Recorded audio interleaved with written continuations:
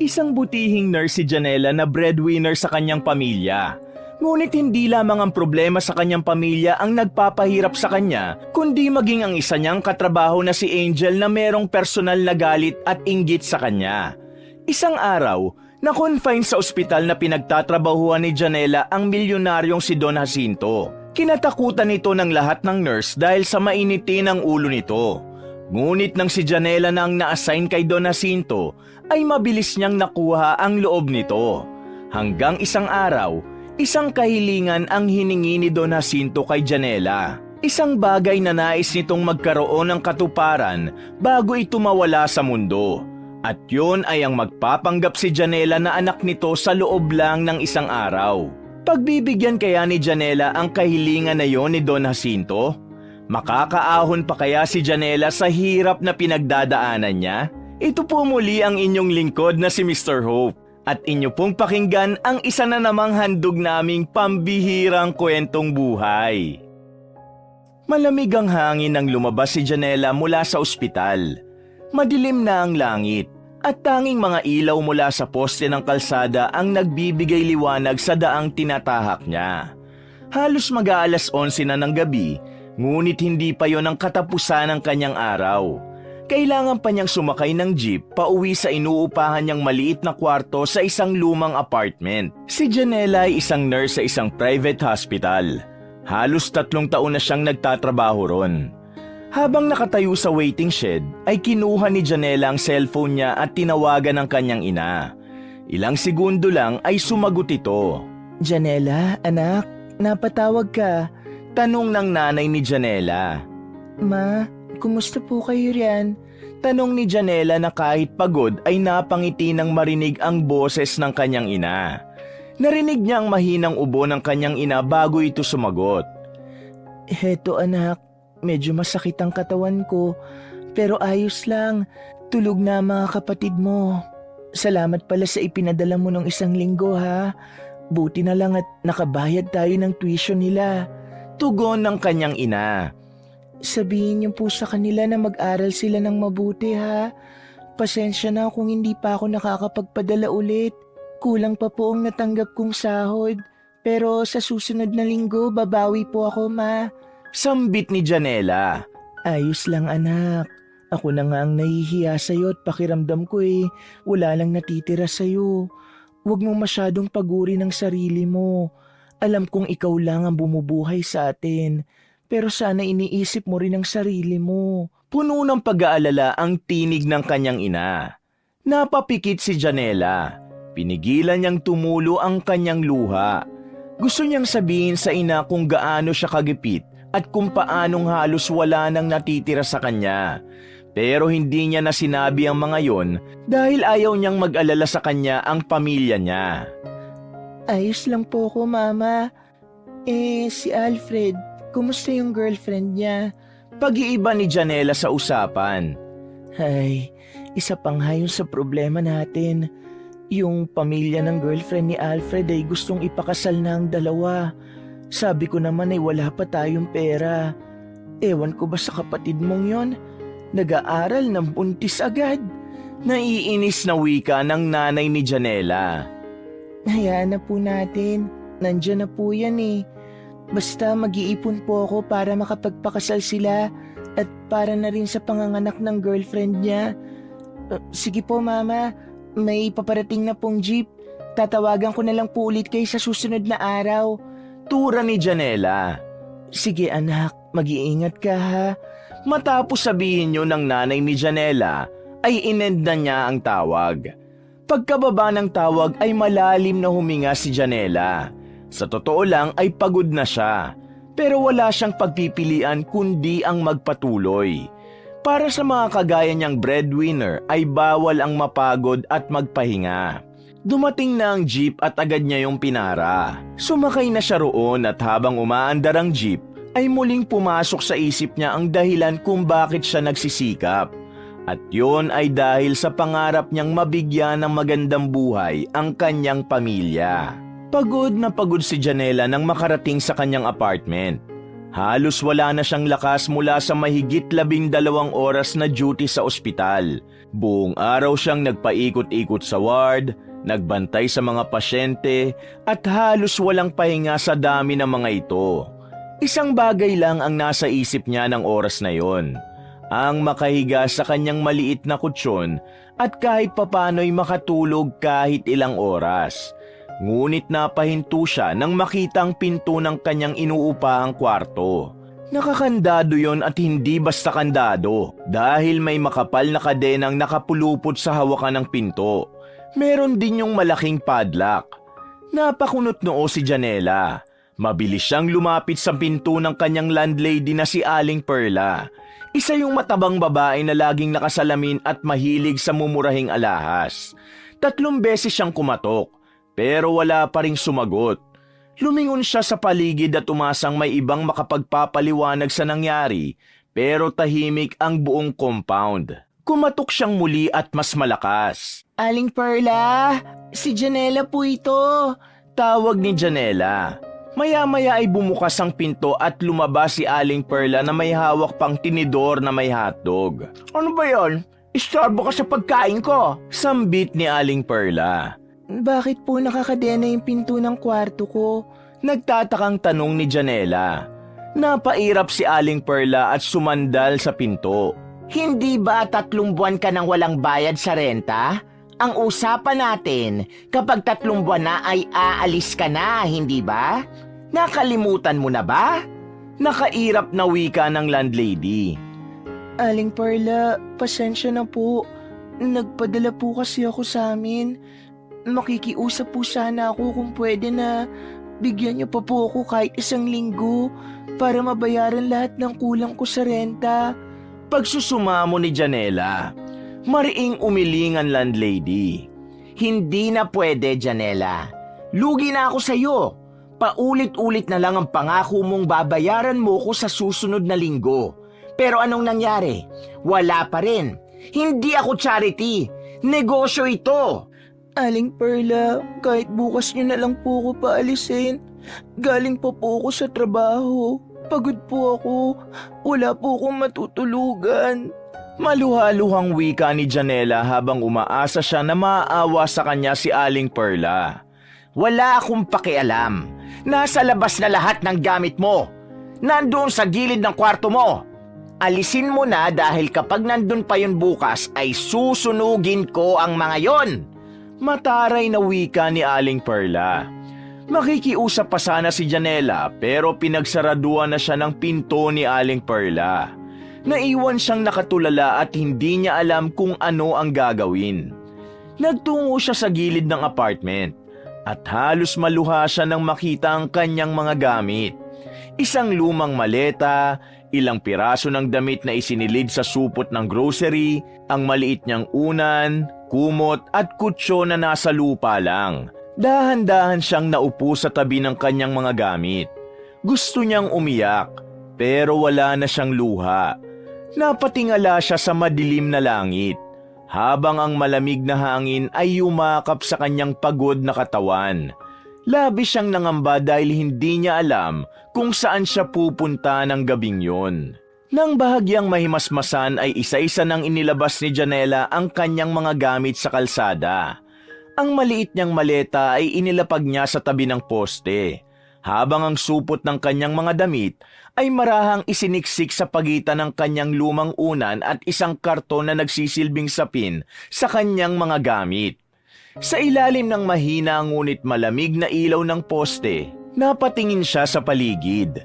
Tahimik na ang buong paligid at wala na siyang nakikitang ibang tao. Napabuntong hininga si Janela. Nasa probinsya ang kanyang pamilya at kahit gusto niyang umuwi ay wala siyang pamasahe. Hindi rin siya maaaring bumalik sa ospital at doon matulog dahil mahigpit ang patakaran doon. Hanggang sa natigilan si Janela nang maalala ang kaibigan niyang si Monica na isa ring nurse sa ospital kung saan siya nagtatrabaho. Mabilis niyang kinuha ang kanyang cellphone at dinayal ang numero ng kanyang pinakamatalik na kaibigan sa ospital. Ilang beses nagring ang tawag bago yon sinagot ni Monica. Janela, Bahagyang paos ang boses ni Monica at halatang inaantok. Monica, sorry kung ginising kita. Mahinang sabi ni Janela. Ano ka ba? Ayos lang. Bakit? May problema ba? May pag-aalalang tanong ni Monica. Hindi na napigilan ni Janela ang pangingilid ng luha sa kanyang mga mata. Wala na akong matutuluyan. Pinaalis na ako sa apartment ko. Nandito ako ngayon sa labas, dala lahat ng gamit ko. Monica, kakapalan ko na ang mukha ko. Baka pwedeng makituloy muna ako sa bahay niyo. Hindi ko na kasi alam kung saan ako pupunta eh. Naiiyak na wika ni Janela. Sige, walang problema. Huwag kang aalis dyan. Susunduin kita. Mahihirapan ka pa kung babiyahe ka papunta rito at alam kong marami kang dalang gamit. Mabilis na pahayag ni Monica. Maraming salamat, Monica. Kung alam mo lang, hiyang-hiya ako ngayon sa'yo pero kinakapalan ko lang talaga ang mukha ko. Sorry talaga sa abala. Ani Janela at lalo nang tumulo ang kanyang luha sa pag-iyak. Huwag kang madrama dyan. Saka hindi ka abala, no? Basta dyan ka lang. Susunduin ka namin ni tatay. Tura ni Monica. Salamat talaga, Monica. Mahinang bulong ni Janela. Pagkatapos ng tawag ay tahimik na naupo sa tabi ng kanyang maleta si Janela at niyakap niya ang sarili upang labanan ang lamig ng gabi. Kahit papano'y nakaramdam siya ng gaan sa puso dahil alam niyang hindi siya nag-iisa at may kaibigan siyang gaya ni Monica. Halos kalahating oras nang naghihintay si Janela sa kalsada. Maya-maya ay narinig niya ang papalapit na tunog ng makina ng tricycle. Mabilis siyang tumayo. Napansin niyang papaliko ang isang lumang tricycle sa kanto at kahit madilim ay agad niyang nakilala ang sakay nito, si Monica at ang tatay nito. Huminto ang tricycle sa harapan niya at hindi na napigilan ni Janela ang sarili. Mabilis niyang nilapitan si Monica at niyakap ito ng mahigpit. Salamat, Monica. Pasensya ka na at naistorbo ko kayo. Naluluhang wika ni Janela. Ano ka ba, Janela? Hindi ka istorbo. Huwag mo nang isipin yun, okay? Tugon ni Monica sabay tapik sa likod niya. Mula sa tricycle ay bumaba ang tatay ni Monica. Tinulungan sila nito na maisakay sa tricycle ang lahat ng gamit ni Janela. Nang maiayos na ang mga gamit, ay sumakay na sila sa tricycle at umalis na sila sa lugar na yon. Sa biyahe ay tahimik lang si Janela. Ang dami niyang gustong sabihin, pero parang naubos na ang lahat ng kanyang lakas. Nang marating nila ang isang maliit na compound, bumagal ang takbo ng tricycle bago tuluyang huminto sa harap ng isang maliit na bahay na gawa sa kahoy at yero. Pagpasok nila sa loob, nakita ni Janela ang tatlong nakahigang bata sa sala. Mga kapatid ni Monica na mahimbing nang natutulog sa isang manipis na kutsyon. Tara na sa kwarto ko. Doon ka na matulog. Kasya naman tayo dun eh. Anyaya ni Monica kay Janela. Bumuntong hininga si Janela at tumango. Pagkapasok sa maliit na kwarto ni Monica, agad nilang inilapag ang kanyang gamit sa tabi ng kama. Isang maliit na bentilador lang ang nagbibigay ng hangin sa loob. Nakakain ka na ba? Tanong ni Monica. Oo, kumain naman ako sa ospital. Tugon ni Janela. Sigurado ka ba? May tinapay pa yata sa kusina. Pilit ni Monica. Hindi na, busog pa talaga ako. Tanggi ni Janela. Tahimik na tumango si Monica bago umupo sa kama. Inalalayan nito si Janela na maupo rin. O siya, matulog ka na lang muna. Alam kong pagod ka na. Ani Monica. Sa puntong yon, hindi na napigilan ni Janela ang sarili. Bumagsak ang lahat ng emosyon niya. Naramdaman niya ang hirap ng pagiging breadwinner, ang takot na wala na siyang matutuluyan, at ang lungkot ng pagiging mag-isa sa Maynila. Napahawak siya sa kanyang muka at pilit tinatakpan ang kanyang mga hikbi.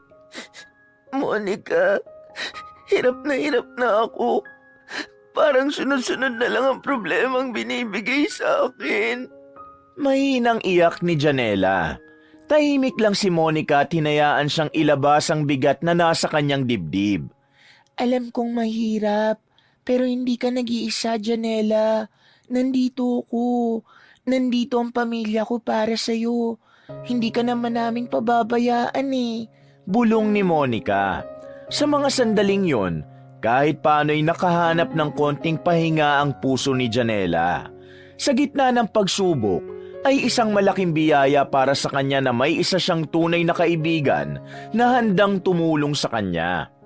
Simula ng gabing yon, ay kina Monica na muna tumuloy si Janela.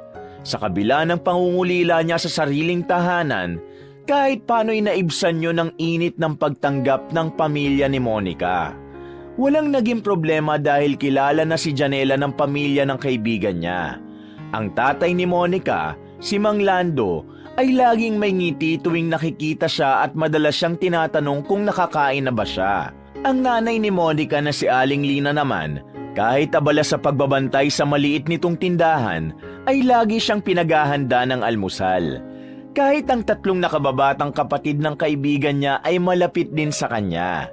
Lalo na ang bunso nitong si Benny na madalas magpakyut sa kanya. 2 taon pa lang na magkaibigan sina Janela at Monica, pero pakiramdam ni Janela ay parang matagal na silang magkasama.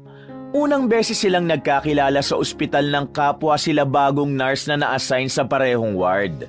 Natatandaan pa niya kung paano siya na-overwhelm sa unang duty niya. Halos hindi siya makahinga sa dami ng gawain. Nakita ni Monica ang pagkalito niya noon at agad siya nitong kinausap. Masayahin si Monica kaya naging magaan agad ang loob dito ni Janela.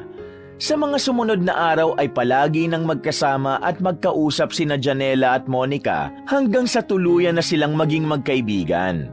Palagi silang magkasama sa break time. Sabay silang kumakain ng murang pares sa labas ng ospital at sabay ding umuuwi kapag nagkataong pareho ang kanilang shift. Sa ospital, hindi lang ang bigat ng trabaho ang pinapasa ni Janela. Kasama rin doon ang mga katrabaho niyang tila mas mahirap ang intindihin kesa sa mga pasyente. Isa na ron si Angel. Si Angel ay isa ring nurse ngunit mayabang at mahilig mag-power trip dahil ang tiyahin nito ang head nurse ng kanilang departamento. Dahil dito, pakiramdam ni Angel may espesyal siyang posisyon sa ospital. Isang posisyong ginagamit nito upang iparamdam sa iba, lalo na kay Janela na mas mababa ang lahat kumpara rito. Isang gabi, pagdating pa lang ni Janela sa nurse station, ay nakataas na ang kilay ni Angel na para bang inaabangan talaga siya. Oh, nandito ka na pala. Akala ko nag-resign ka na kasi ilang buwan ka nang hindi nagbabayad ng upa. Huwag ka na magtaka kung paano ko nalaman kasi alam mo naman dito sa ospital, mabilis kumalat ang chismis. Kawawa ka naman, Janela. Nangiinsultong salubong ni Angel kay Janela. Napahinto siya sa pagkuha ng logbook. Ramdam niyang ang ibang nurse sa paligid ay nagkakatinginan ngunit walang gustong makialam. Ngunit hinigpitan lang ni Janela ang hawak sa ballpen at nagkunwaring walang narinig. Angel, pakibigay nga sa akin yung chart ng pasyente sa room 208. Mahinahong sabi ni Janela. Wow, kung makapag-utos ka sa akin baka nakakalimutan mong hindi tayo magka-level dito, Janela. Mataray na pahayag ni Angel. Sorry, pero sige, ako na lang ang kukuha. Hindi na lang ito pinatulan ni Janela dahil sanay na siya sa ugali nito.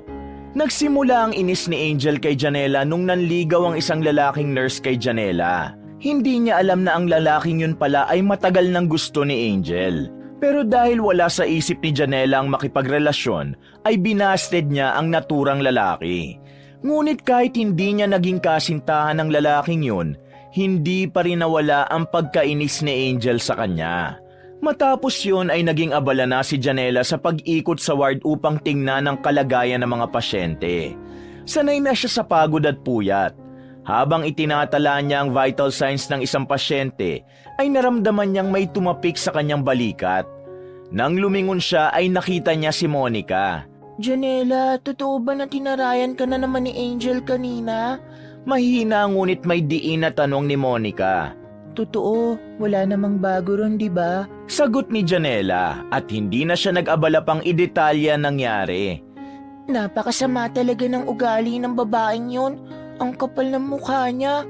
Obvious namang bitter lang siya kasi ikaw ang niligawan ni Patrick at hindi siya. Napapailing na wika ni Monica. Bago pa makasagot si Janela, isang matalim na boses ang sumingit sa kanilang usapan. Ano yun, Monica? Anong sinasabi mong bitter ako? Boses yun ni Angel. Sa paglingon ni na Janela at Monica ay nakita nila si Angel na nakatayo sa likuran nila habang nakapamewang at nakataas ang isang kilay na waring naghihintay ng paliwanag. Napangisi si Monica. Imbis na matakot kay Angel ay nang asar pa ito. Nako, Angel, pasensya ka na ha. Nandyan ka pala. Baka gusto mong isumbong kami sa tita mo. Nang iinis na tura ni Monica. Kitang-kita ni Janela kung paano naningkit ang mga mata ni Angel. Akala nyo ba hindi ko kayo kayang patalsikin dito? Malamig at matalim na wika ni Angel. Basta ginagawa namin ang trabaho namin na maayos, sigurado kaming hindi kami mawawalan ng trabaho, Angel. Mahinahong tugon ni Janela. Nakita nila kung paano nanginig sa inis si Angel. Ngunit hindi na nila ito binigyan ng pagkakataong sumagot. Iniwan na lang nila ito roon na nanggigigil sa inis at galit. Kinabukasan ng umaga, kakauwi lang ni na Janela at Monica mula sa panggabing shift sa ospital. Mag-isa si Janela sa kwarto at naghahanda na siya para matulog. Tanging ang marahang ugong ng bentilador ang ingay na kanyang naririnig. Makalipas ang ilang sandali ay nahiga na si Janela. Ngunit hindi nagtagal ay tumunog ang cellphone niya. Kinuha ni Janela ang cellphone at agad na sinagot ang tawag nang malaman na ang nanay niya ang tumatawag sa kanya. Hello, Mama. Bakit po? Bungad ni Janela. Janela, anak. Pasensya ka na kung tumawag ako ng ganitong oras. Alam kong matutulog ka pa lang pero baka naman pwede ka magpadala ngayon, anak. Magpapacheck up kasi yung girlfriend ng kapatid mo. Alam mo naman, buntis. Tila nahihiyang tura ng kanyang ina. Napakagatlabi si Janela at napapikit ng mariin. Mama, wala pa po akong pera ngayon. Pero wag po kayong mag-alala. Gagawan ko ng paraan. Sagot ni Janela. Maraming salamat, anak. Pasensya ka na ulit at alam mo namang wala kaming ibang maaasahan dito kundi ikaw lang. Sambit ng nanay ni Janela. Wala pong problema. Magpapadala po ako mamaya. Sige po, Ma. Matutulog na po ako. Pagtatapos ni Janela sa pakikipag-usap sa kanyang nanay. Matapos ang tawag ay napaupo si Janela sa gilid ng higaan. Bumigat lalo ang dibdib niya. Ibinaba niya ang cellphone at hinilot ang sentido. Biglang bumukas ang pinto at pumasok si Monica. Oh, bakit gising ka pa? Akala ko tulog ka na eh. Sandali, parang ang lalim naman ang iniisip mo. May problema ba? Tanong ni Monica sabay upo sa tabi niya. Tumawag si Mama. Nangihingi siya ng pera para raw sa pampacheck up ng nabuntis na kapatid ko. Wala pa akong pera ngayon, Monica. Ang layo pa ng sweldo. Nangihinang sagot ni Janela. Hindi na nag-isip si Monica. Lumapit ito sa bag nito at walang pag-aalinlangang kinuha ang wallet. Mula roon ay humugot ng pera. Sige ito, gamitin mo muna to. Ani Monica habang inaabot kay Janela ang pera. Nagulat si Janela at agad na umiling. Monica, hindi ko matatanggap yan. Hindi pa nga ako nakakabayad sa utang ko eh. 'Di ba? Sa iba na lang muna ako utang. Tanggi ni Janela. Ayos lang yon. Saka wag ka na mangungutang sa iba kasi may tubo pa ron. Sa akin wala. Alam kong hindi mo rin matitiis ang pamilya mo, kaya wag ka nang umangal. Giit ni Monica. Kinuha nito ang kamay niya at isiniksik sa palad niya ang pera. Maraming salamat, Monica. Nangingilid ang luhang wika ni Janela. Tama na muna yan at baka magkaiyakan pa tayo. Magpahinga na tayo at matulog na. Habaan mo ang tulog mo dahil bukas wala tayong pasok. Mahaba-habang pahinga rin yun. Nakangiting sambit ni Monica sabay higa sa kama. Matapos ang isang araw na walang pasok, ay naging pang-umaga na ang shift ni na Janela at Monica. Yun ang unang araw nilang pang-umagang duty matapos ang ilang linggong night shift. Bagamat mas mabigat sa katawan ng panggabi, mas gusto ni Janela ang night shift dahil hindi masyadong magulo ang paligid. Pero dahil pang-umaga na sila ay siguradong mas magiging abala sila dahil mas maraming pasyente, mas maraming rounds at mas maraming taong kailangang asikasuhin. Pagdating ng lunch break, magkasama silang nagpunta sa kantin. Hindi pa man sila nakakapagsimulang kumain, ay napansin ni Janela ang pagiging tulala ni Monica. O Monica, ano na namang iniisip mo? Tanong ni Janela habang binubuksan ng baon niyang adobo at kanin. May chika ako sa'yo, Janela. Ani Monica sa pagbulong na pagsasalita. Chismis na naman yan, no? Walang interes na tura ni Janela. Hindi to chismis kasi totoo ito. Alam mo bang nakakonfine dito si Don Jacinto Razon? Namilog ang mga mata ni Monica habang nagsasalita. Sino naman yun? Kunot noong tanong ni Janela. Halos mabilaukan si Monica habang umunguya. Ano? Seryoso ka ba? Hindi mo kilala si Don Jacinto Razon? Hindi makapaniwalang tanong nito. Umiling si Janela at nagpatuloy lang sa pagkain. Kung kilala ko siya, hindi ko na itatanong sa'yo kung sino siya. Tugon niya. Si Don Jacinto Razon lang naman ang isa sa pinakamayamang negosyante sa bansa. May-ari siya ng malalaking hotel, restaurant at kung ano-ano pang negosyo. O diba, bongga siya? Big time! Tugon ni Monica. Okay. Ano naman kung nako-confine siya rito? Tanong ni Janela. Napapailing na lang si Monica sa inis. Diyos ko, Janela, hindi mo ba gets? Iba ang yaman ng taong yun. Hindi lang basta mayaman, kundi ubod ng yaman. As in, siguradong abala na ang buong ospital para lang sa kanya. Tiyak na balisa na ang mga doktor at mga admin sa kakaisip kung paano aalagaan ng ganong kayamang tao. Nangalumbaba si Monica sabay tingin sa kawalan. Sa totoo lang, wala namang bago dyan. Ilang beses na tayo nagkaroon ng pasyenteng ubod ng yaman. Sambit ni Janela. Hindi ka talaga nakikinig sa akin, oh. Sobrang laki ng impluensya ni Don Jacinto. Parang kahit anong gusto niya, makukuha niya. Hindi na ako magtataka kung may special treatment pa siya mula sa mga doktor natin. Umirap si Monica at inilapag ang tinidor sa plato nito. Wala naman akong pakialam kung bibigyan siya ng special treatment. Saka hindi naman tayo ma-assign sa kanya kasi sa ward tayo. Bali walang tura ni Janela. Well, hindi natin alam. Malay mo bigla magbago ang takbo ng tadhana. Ngumisi si Monica bago uminom ng tubig. Hindi na lang sumagot si Janela at tinuloy niya ang kanyang pagkain. Para sa kanya, isa lang si Don Jacinto sa napakaraming pasyente na dumaan at dadaan pa sa ospital na yon at hindi niya yon dapat bigyan ng pansin. Makalipas ang ilang oras ay natapos na ang shift ni na Janela. Nagtungo na sila sa locker area at pagpasok nila roon ay agad nilang napansin ang kakaibang tensyon sa loob. May ilang nurse na nakapaligid kay Angel. Pinapakalma na mga ito si Angel dahil umiiyak ito. Napansin nila ang bukol nito sa noo. Pulang-pula ang mukha nito sa galit at sama ng loob habang pinipigil ang paghikbi. Napahinto sina Janela at Monica at nagtatakang nagkatinginan bago muling ibinalik ang tingin kay Angel. Hindi na nila kinailangan magtanong kung anong nangyari dahil malakas na nagsalita si Angel habang nagsusumbong sa mga kasamang nurse. Alam niyo bang binato ko ng baso ni Don Jacinto? Dahil lang sa hindi malamig ang tubig na dinala ko sa kanya? Ang kapal ng muka! Akala mo kung sino? Porket mayaman siya, ganun na ang ugali ng matandang yon. Umiiyak na wika ni Angel. May ilang nagpakita ng awa kay Angel. Habang ang iba naman ay tahimik lang dahil mukhang takot na mapagbuntunan ng galit niya. Sa hindi inaasahang pagkakataon, lumingon si Angel sa direksyon ni na Janela at matalim sila nitong tiningnan. Ano? Anong tinitingin-tingin niyo dyan? Mataray nitong sigaw. Napanguso si Monica at nagkibit balikat. Grabe naman to. Parang kami pa may kasalanan kung bakit may bukol ka. Walang takot na sagot ni Monica.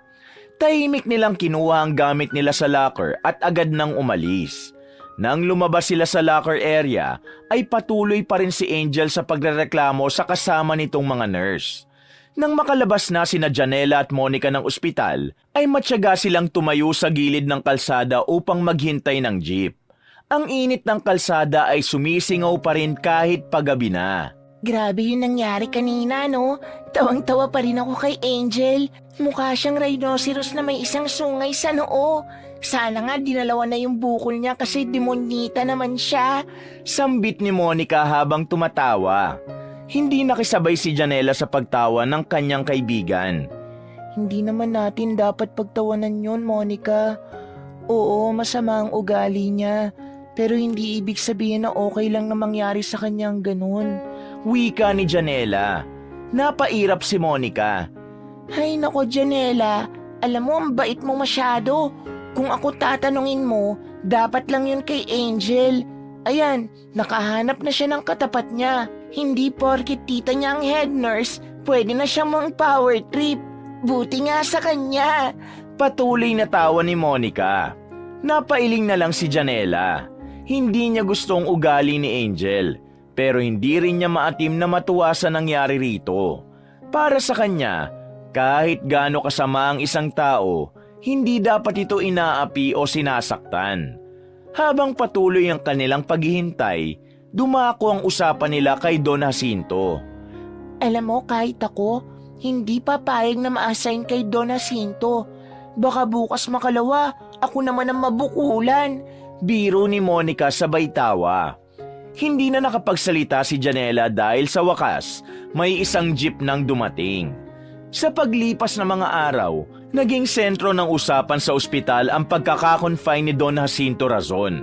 Sa bawat sulok ay palaging may bagong kwento tungkol sa matanda. Mula sa matitinding sigaw hanggang sa walang dahilan na pananakit nito. Araw-araw, may balita tungkol sa mga nurse na hindi magandang naging karanasan kay Don Jacinto. May isang pinagalitan dahil lamang sa maling pag-aayos ng unan. At isang umiyak kasi pinagmumura ng matanda. Hindi maiwasan ni Janela na makaramdam ng kaba sa tuwing naririnig niya ang mga kwento tungkol sa mayamang matanda. Kahit hindi pa niya ito nakikita ng personal, ramdam na niya ang bigat ng presensya nito sa ospital. Sa kabila ng lahat ay nagpapasalamat si Janela dahil hindi siya na-assign sa matanda. Ganun pa man, hindi niya maiwasang isipin kung hanggang kailan siya makakaligtas kay Don Jacinto. Sa ospital, ang trabaho ng isang nurse ay hindi laging permanente sa isang lugar. At sa isang iglap, maaaring mapunta siya sa isang sitwasyong hindi niya inaasahan. Patapos na ang shift ni Janela sa araw na yon, nang utusan siya ng isang senior nurse na maghatid ng ilang papeles sa opisina ng head nurse sa 4th floor. Agad siyang sumunod at nagmamadali siyang umakyat sa itaas na palapag ng ospital. Tahimik ang pasilyo roon at malayo sa ingay ng ward kung saan siya nakadestino. Habang naglalakad siya pabalik matapos iabot ang mga dokumento, napansin niya ang isang nakabukas na pinto ng isang private room. Sa kabila ng kanyang pag-aalangan ay napasilip siya sa loob. Doon niya nakitang isang matandang lalaki na pilit na bumabangon mula sa kama. Halatang hirap ito sa paggalaw at walang ibang tao sa loob ng silid. Dahil sa instinct bilang nurse, agad itong nilapitan ni Janela. Sandali lang po, baka po mahulog kayo. Maagap na sabi ni Janela habang maingat niyang inalalayan ang matanda. Napatingin ang matanda sa kanya at bahagyang kumunot ang noon nito. Gagamit lang ako ng banyo. Malamig na tugon ng matandang lalaki. Sasamahan ko na po kayo. Nurse po ako rito. Alok ni Janela. Alam ko nurse ka rito. Bakit? Hindi ba uniform ng nurse ang suot mo para hindi ko malaman? Masungit na tura ng matanda. Bahagyang natawa si Janela sa sinabi nito. Alam niyang nagsusungit ang matanda pero matamis pa rin siyang ngumiti. Hindi na tumutol ang matanda ng alalayan nito ni Janela. Maingat niyang inalalayan nito papunta sa maliit na banyo sa loob ng kwarto. Habang naghihintay siya sa labas, hindi niya maiwasang mapansin ang paligid. Mahal at elegante ang silid. May malalambot na upo ang nakapwesto sa gilid at may isang mamahaling relo sa lamesa na nasa tabi ng kama. Makalipas ang ilang minuto, muling lumabas ang matanda. Muli itong inalalayan ni Janela pabalik sa kama at tinulungan itong makaupo ng maayos. May kailangan pa po ba kayo, sir? Magalang na tanong ni Janela. Bahagyang ngumiti ang matanda bago sumagot. Pakitaas naman ang blinds ng bintana. Gusto kong makita ang labas. Sinunod ni Janela ang utos ng matanda. Dahan-dahan niyang hinila ang blinds hanggang sa pumasok ang liwanag ng araw sa loob ng kwarto. Sa labas, kitang-kita ang hardin ng ospital. May ilang pasyente at bisitang naglalakad doon. Napansin niyang tahimik lang ang matanda habang nakatitig sa labas ng bintana. Naramdaman niya ang lungkot sa mga mata nito.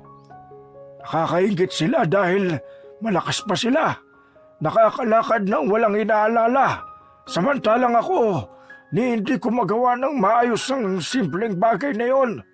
Pakiramdam ko tuloy wala na akong halaga. Biglang sabi ng matanda sa mababang tinig. May lungkot sa boses ng matanda at hindi maiwasan ni Janela ang makaramdam ng awa. Hindi naman po sukatan ng halaga ng isang tao ang lakas ng katawan. Iba-iba po ang yugto ng buhay nating mga tao. May mga panahong malakas tayo, pero darating din ang oras na manghihina tayo.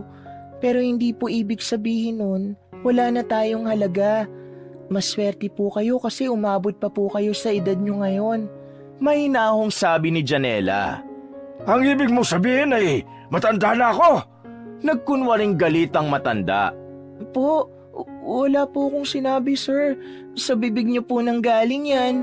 Nakangiting wika ni Janela. Hindi agad sumagot ang matanda. Tumahimik itong muli at tumingin sa mga taong naglalakad sa labas. Maya-maya ay nagpaalam na si Janela sa matandang lalaki dahil may mga kailangan pa siyang gawin. Ngunit bago pa siya umalis ay tinanong ng matanda ang pangalan niya at walang pagdadalawang isip niyang sinabi rito ang kanyang pangalan. Hindi na nagtagal pa roon si Janela at lumabas na siya. Habang naglalakad siya pabalik sa ward, ay hindi niya maiwasang maisip ang matandang lalaki at ang lungkot na nasilayan niya sa mga mata nito. Nang sumunod na araw, habang naglalakad si Janela sa mahabang hallway ng ospital, ay nakita niya si Monica ang naglalakad sa unahan niya. Nakayuko ito at tila ba mabigat ang bawat paghakbang. Binilisan niya ang paglalakad hanggang sa maabutan niya ito. Agad na napansin ni Janela ang namumugtong mata ni Monica at napansin niyang galing ito sa matinding pag-iyak. Monica, anong nangyari? Nag-aalalang tanong ni Janela at hinawakan niya ito sa braso. Huminga ng malalim si Monica bago marahang sumagot. Na-assign ako kay Don Jacinto kaninang umaga. Nanginginig ang boses nitong sabi. Oh, napagalitan ka ba niya? Sinaktan ka ba niya?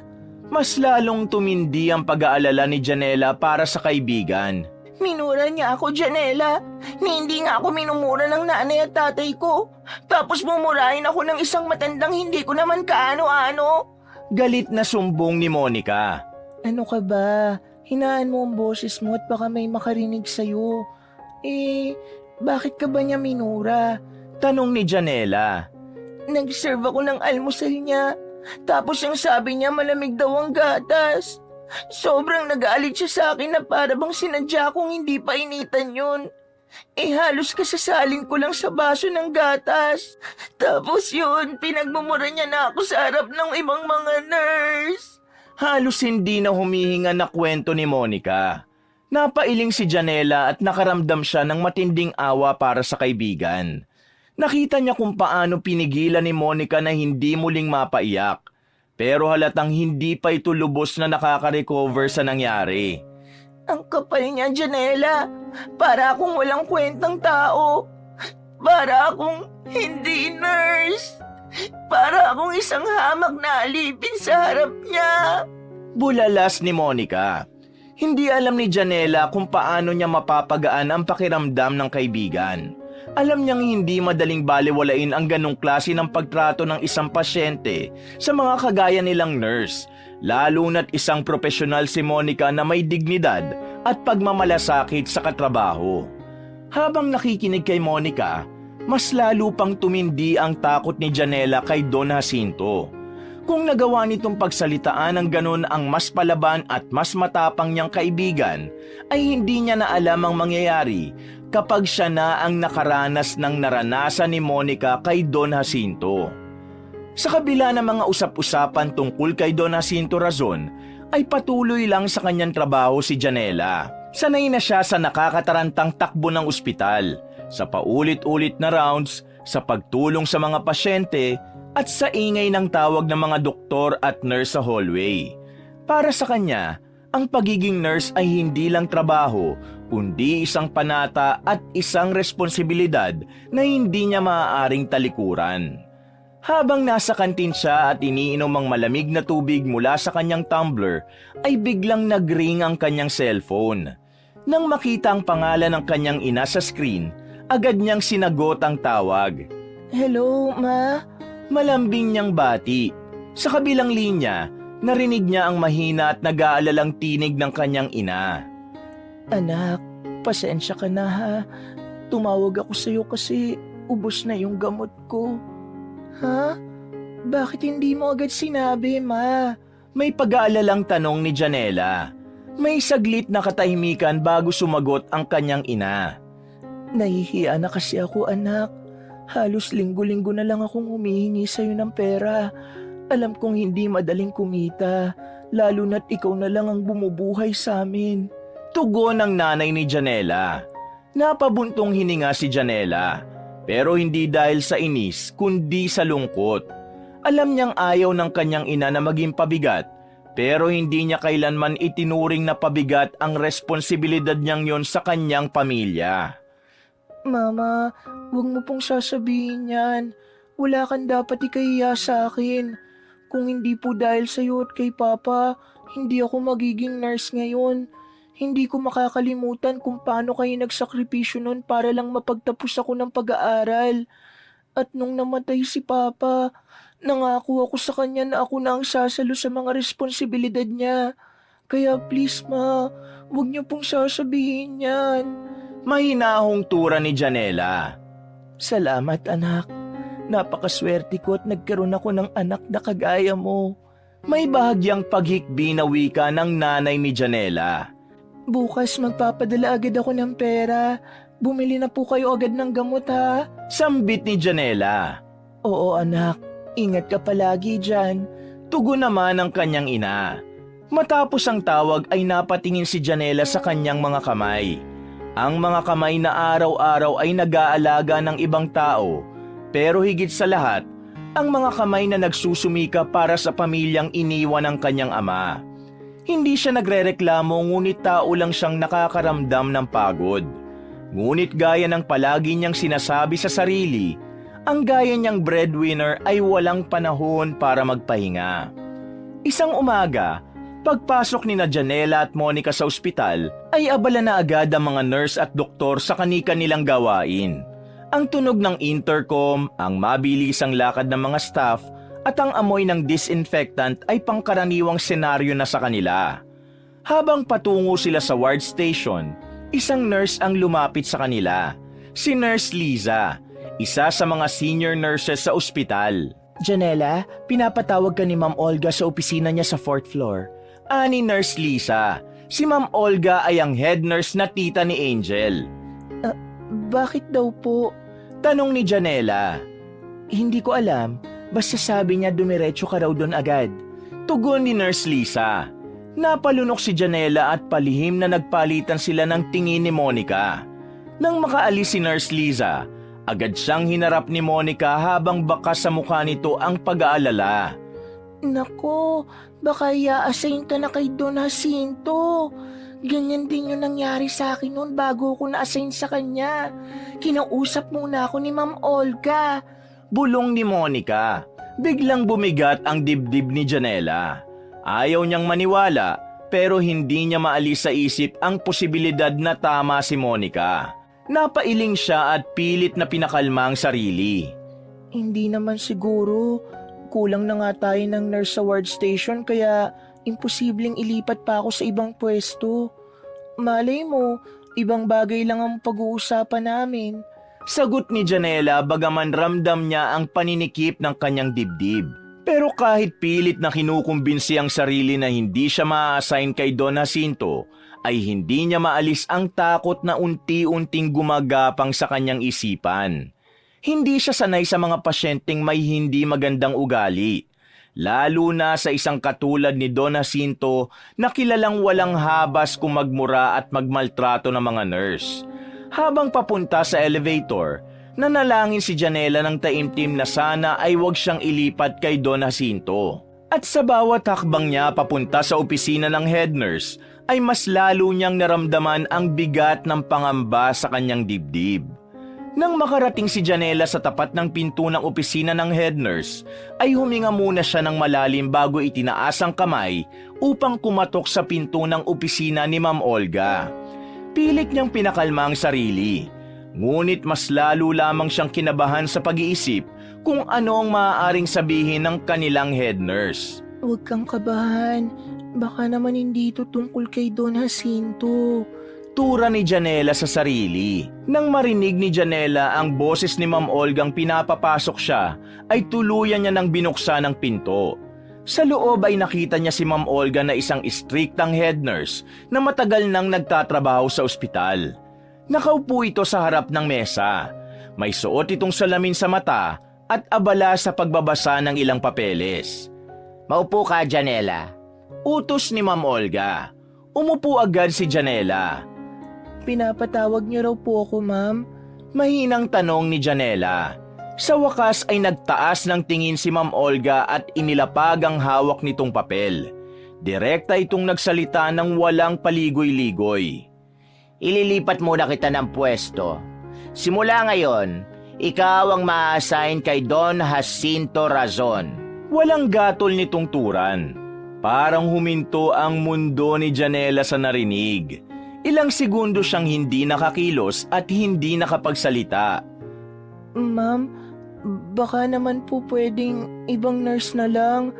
Naalala niyo po ba yung nangyari kay Monica at sa ibang nurse? Natatakot po ako. Maraming kwento tungkol kay Don Jacinto. Hindi ko po alam kung kakayanin ko ang ma-assign sa kanya. Kinakabahang pagtanggi ni Janela. Hindi maaari, Janela. Si Don Jacinto mismo ang nag-request na ikaw ang maging nurse niya habang nandito siya sa ospital. Sagot ni Ma'am Olga sa matigas na tinig. Nanlaki ang mga mata ni Janela sa pagkagulat. Ako po? Pero, paano? Hindi pa naman po kami nagkikita. Namilog ang mga mata ni Janela. Hindi ko alam kung paano niya nalaman ang tungkol sa'yo. Pero malinaw ang sinabi niya. Ikaw ang gusto niya at wala na tayong magagawa roon. Simula ngayon, sa kanya ka na naka-assign. Pinal na wika ni Ma'am Olga. Hindi na nakapagsalita si Janela. Muli niyang naramdaman ang paninikip ng dibdib habang tahimik na tinanggap ang kanyang kapalaran. Pagkatapos nun ay inabot ni Ma'am Olga ang medical records ni Don Jacinto Razon. Kinuha yun ni Janela at marahan niyang binuklat ang file at sinuri ang mga detalye.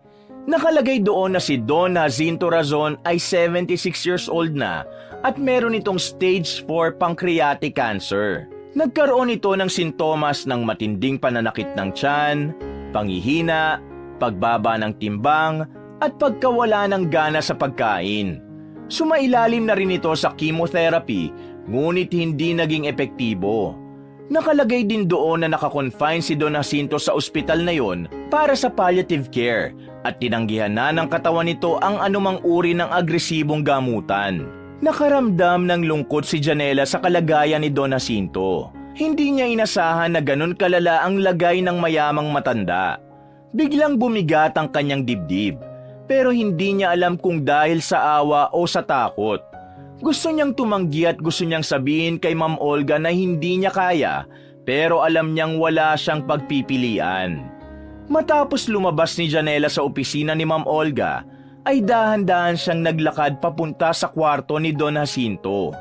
Ramdam niya ang malamig na pawis sa kanyang palad habang hawak ang medical record ng matanda.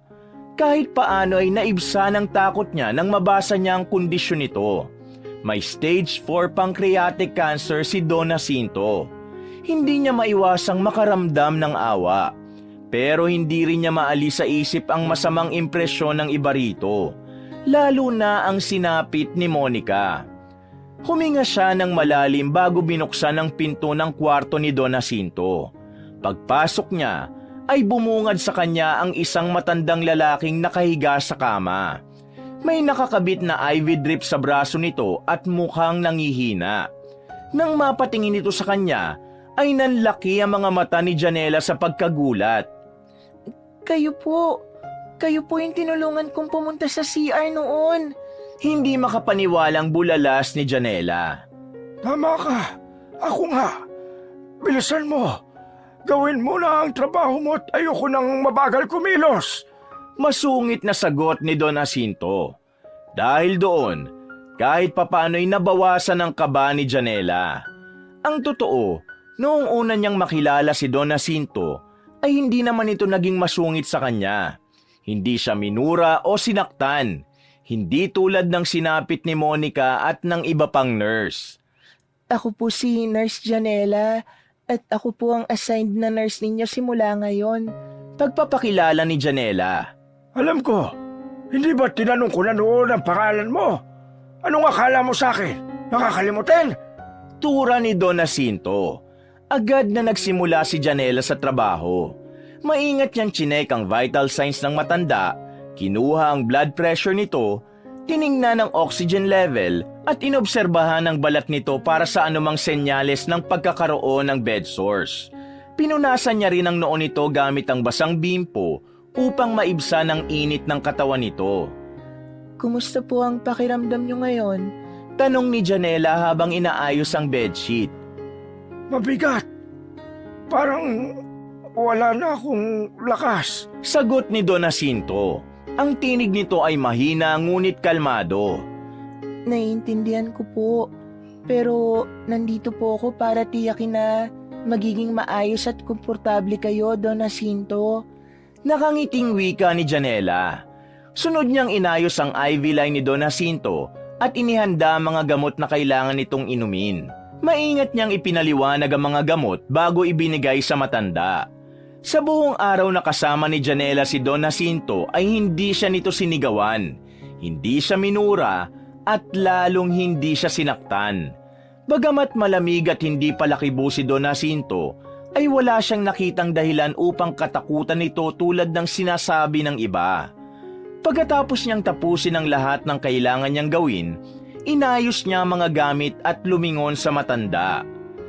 Kung may kailangan po kayo, nandito lang po ako, Don Jacinto. Ani Janela bago lumabas ng silid. Habang naglalakad sa hallway ay napaisip si Janela dahil tila ibang Don Jacinto ang nakita niya kanina. Hindi ito kasing sama gaya ng mga kwentong narinig niya tungkol sa matanda. Pagsapit ng hapon, ay lumabas na sina Janela at Monica ng ospital matapos ang isang mahabang shift.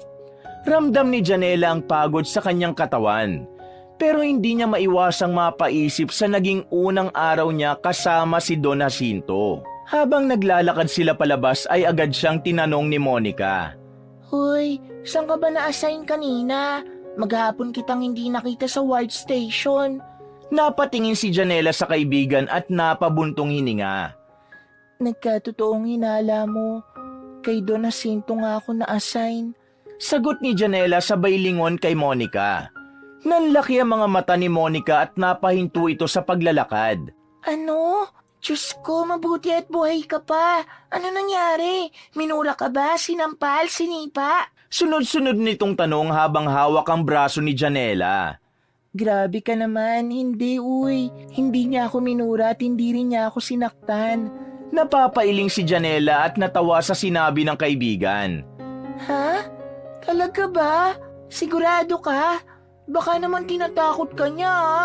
Janela, magsabi ka na sa akin ng totoo. Sinaktan ka ba ni Don Jacinto? Tura ni Monica na may paghawak at pagyugyug pa sa balikat ni Janela. Ang OA mo, Monica. Pero seryoso, mukhang masungit lang siya. Pero sa totoo lang, Normal naman siguro yun kasi may sakit siya. Hindi naman madali ang pinagdadaanan niya. Tugon ni Janela. Napatitig sa kanya si Monica at halatang hindi makapaniwala. We, ang labo. Alam mo bang halos lahat ng nurse na na-assign sa kanya, hindi tumatagal? Kahit ako ayoko na ulit. Iling ni Monica. Ewan ko, pero tingin ko ang kailangan lang ni Don Jacinto, isang matyagang nurse. Ramdam ko na kahit matanda na siya, marami pa siyang gustong gawin sa buhay. Pero alam niyang bilang na lang ang araw niya at yun ang nagiging frustration niya kaya siya masungit. Tugon ni Janela. Napabuntong hininga si Monica at saka humarap kay Janela. Ewan ko sa'yo girl, ang bait mo masyado. Pero sige, sana nga hindi ka mahirapan sa kanya. May pabirong pag-irap pa si Monica. Ngumiti si Janela at tumango. Matapos yun ay sabay nilang ipinagpatuloy ang paglalakad palabas ng ospital. Ngunit sa isipan ni Janela, hindi niya maiwasang magtanong kung bakit nga kaya siya ang pinili ni Don Jacinto bilang nurse nito. Lumipas sa mga araw at si Janela na palagi ang naa-assign kay Don Jacinto. Bagaman at may mga pagkakataong nagsusungit ang matanda, hindi niya yung tinatanggap bilang isang personal na pag-atake. Naiintindihan niyang dalayo ng sakit at pagod na dinaranas nito. Kaya naman, hinabaan na lang niya ang kanyang pasensya at sa halip na sumagot o mainis, ay mas lalo pa niyang ipinaramdam ang kanyang pag-aalaga rito. Mula sa maingat na pagpapalit ng dextrose, sa pag-aasikaso ng gamot, hanggang sa simpleng pakikipag-usap dito kahit hindi ito madalas sumagot. Isang umaga, habang papasok si Janela sa ospital, may nadaanan siyang nagbebenta ng tulip sa labas. Saglit siyang natigilan. Napansin niyang simula nang makonfine si Don Jacinto ay wala man lang ni isang dumadalaw dito.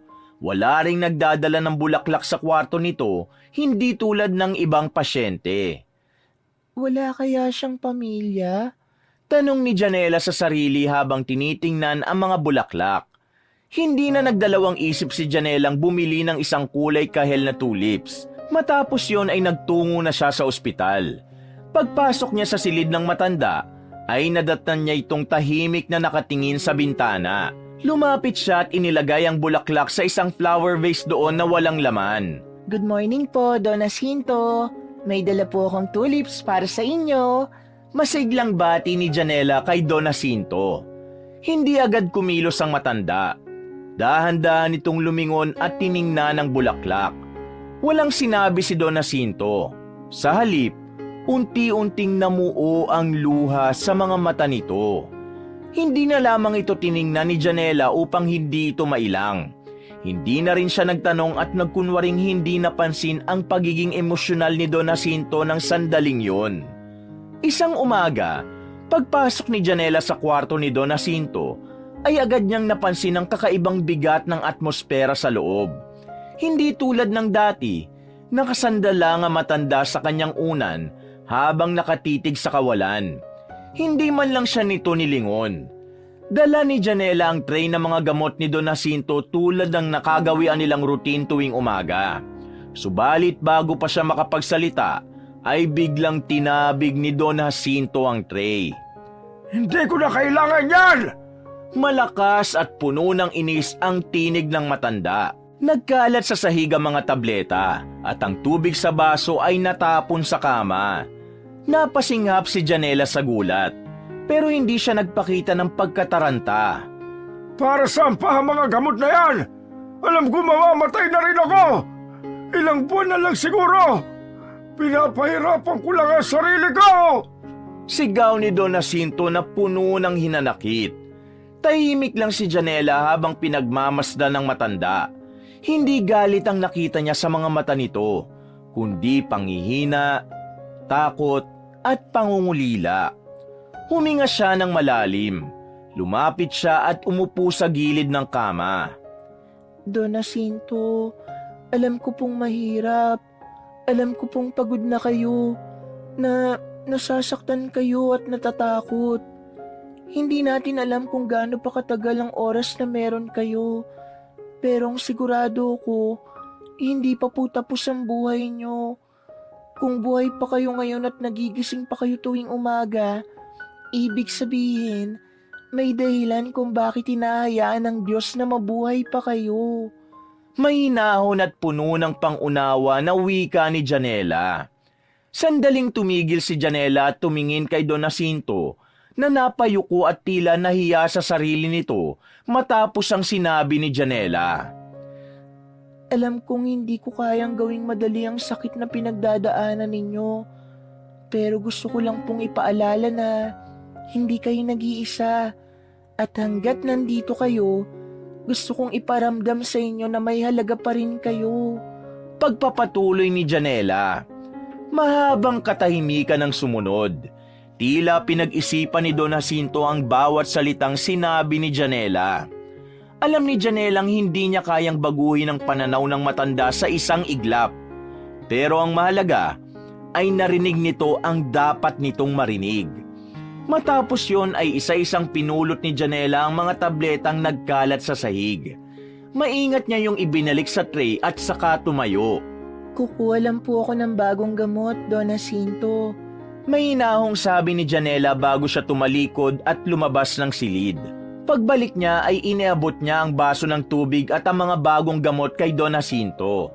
Sa pagkakataon na yon, ay tinanggap nito ang mga yon at diretsyong ininom ang mga gamot. Tahimik lang si Janela, pero sa loob-loob niya, nakangiti siya dahil alam niyang kahit kaunti ay may nabago na siya sa puso ni Don Jacinto. Isang hapon, habang tahimik na inaasikaso ni Janela si Don Jacinto, ay napansin niyang tila malalim ang iniisip ng matanda. Hindi ito tulad ng dati na palaging nakasimangot o naiinis sa kahit anong bagay. Sa halip, nakatingin lang ito sa bintana at pinagmamasdan ang kalangitan. Palubog na ang araw ng sandaling yon. Nagdesisyon siyang basagin ang katahimikan.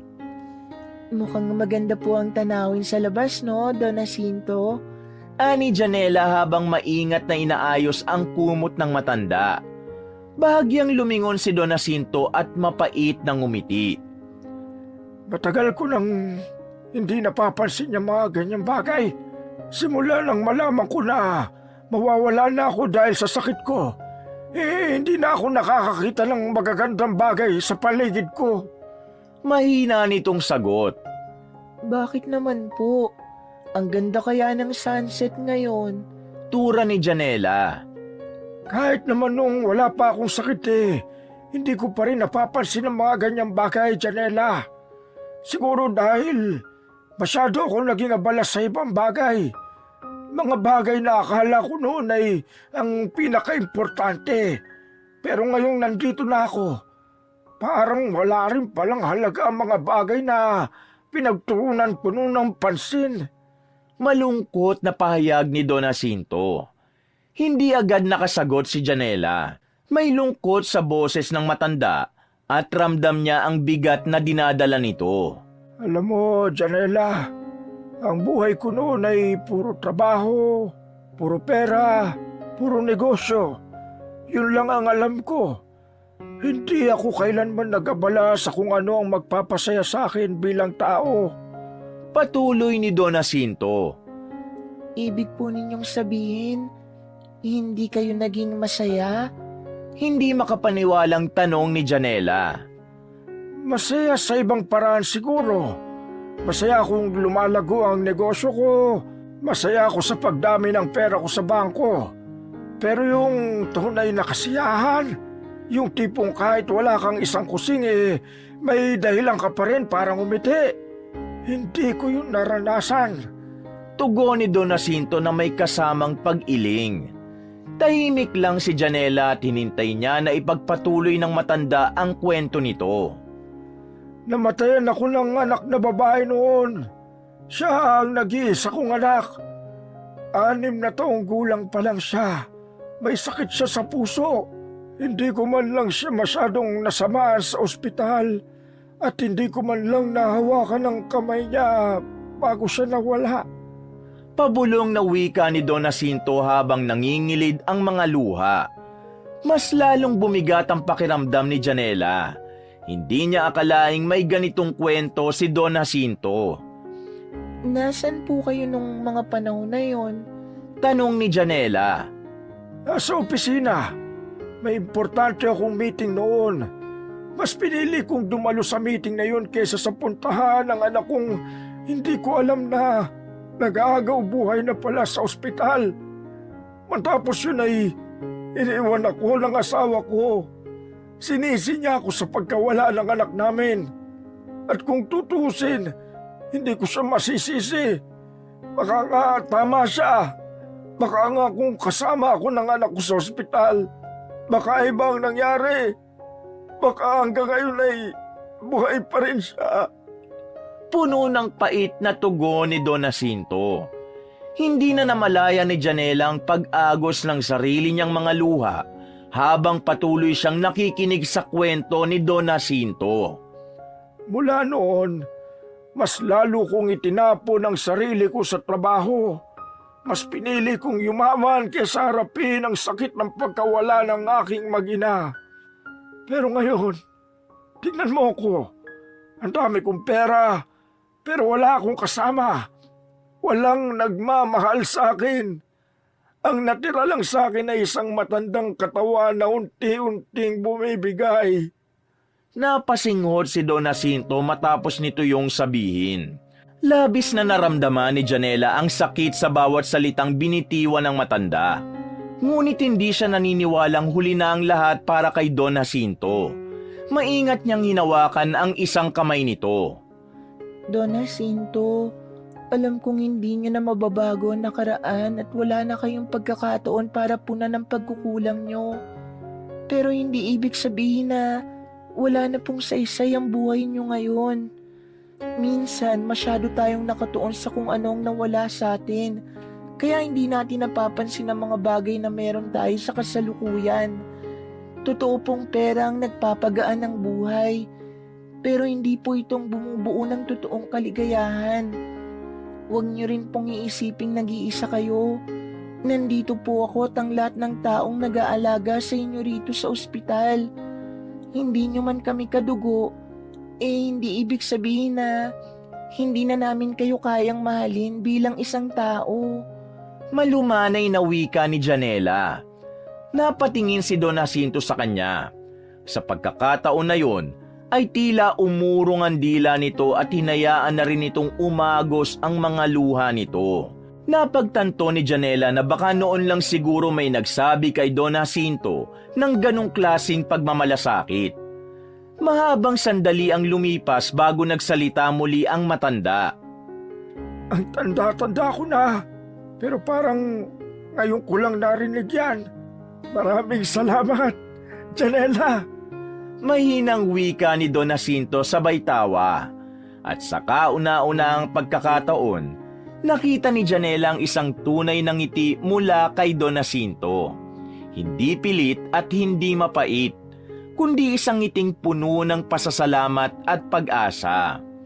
Matapos ang mahigit 1 linggo, ay mas naging magaan na ang lahat sa pagitan ni Janela at Don Jacinto. Wala na ang dating malamig at masungit na ugali ng matanda at napalitan na yon ng isang mas maaliwalas na personalidad. Kung minsan pa nga ay nagbibiro na kay Janela at sa ibang mga nurse si Don Jacinto. Akala ko dati, hindi na ako makakatawa ng ganito ulit. Sabi ni Don Jacinto isang umaga habang inaayos ni Janela ang higaan nito. Ngumiti ang dalaga. Mabuti naman po kung ganon. Ang dami pa namang masasayang bagay sa mundo. Sayang kung palalampasin natin at magpo-focus tayo sa malulungkot, sir. Tura ni Janela. Salamat, Janela. Simula nang dumating ka rito bumalik ang sigla ko. Mukhang napalambot mo ang matigas kong puso. Natatawang tura ni Don Jacinto. Naku, Don Jacinto, hindi po ako ang dahilan yan. Kayo rin po nagpasyang baguhin ang pananaw niyo sa buhay. Sagot ni Janela. Dahil mas bukas na si Don Jacinto kay Janela, ay madalas na silang nagkukwentuhan tungkol sa kung ano-ano. Mula sa simpleng bagay tulad ng paboritong pagkain, hanggang sa mas malalalim na paksa tulad ng buhay at pamilya. Kanina pa tayo kwento ng kwento tungkol sa akin. Ikaw naman, ano bang kwento ng buhay mo, Janela? Biglang tanong ni Don Jacinto kay Janela. Bagyang nagulat si Janela. Hindi niya akalaing magiging interesado ang matanda sa buhay niya. Ganun pa man, hindi siya nagdalawang isip na sagutin ang tanong nito. Wala naman pong masyadong espesyal sa buhay ko.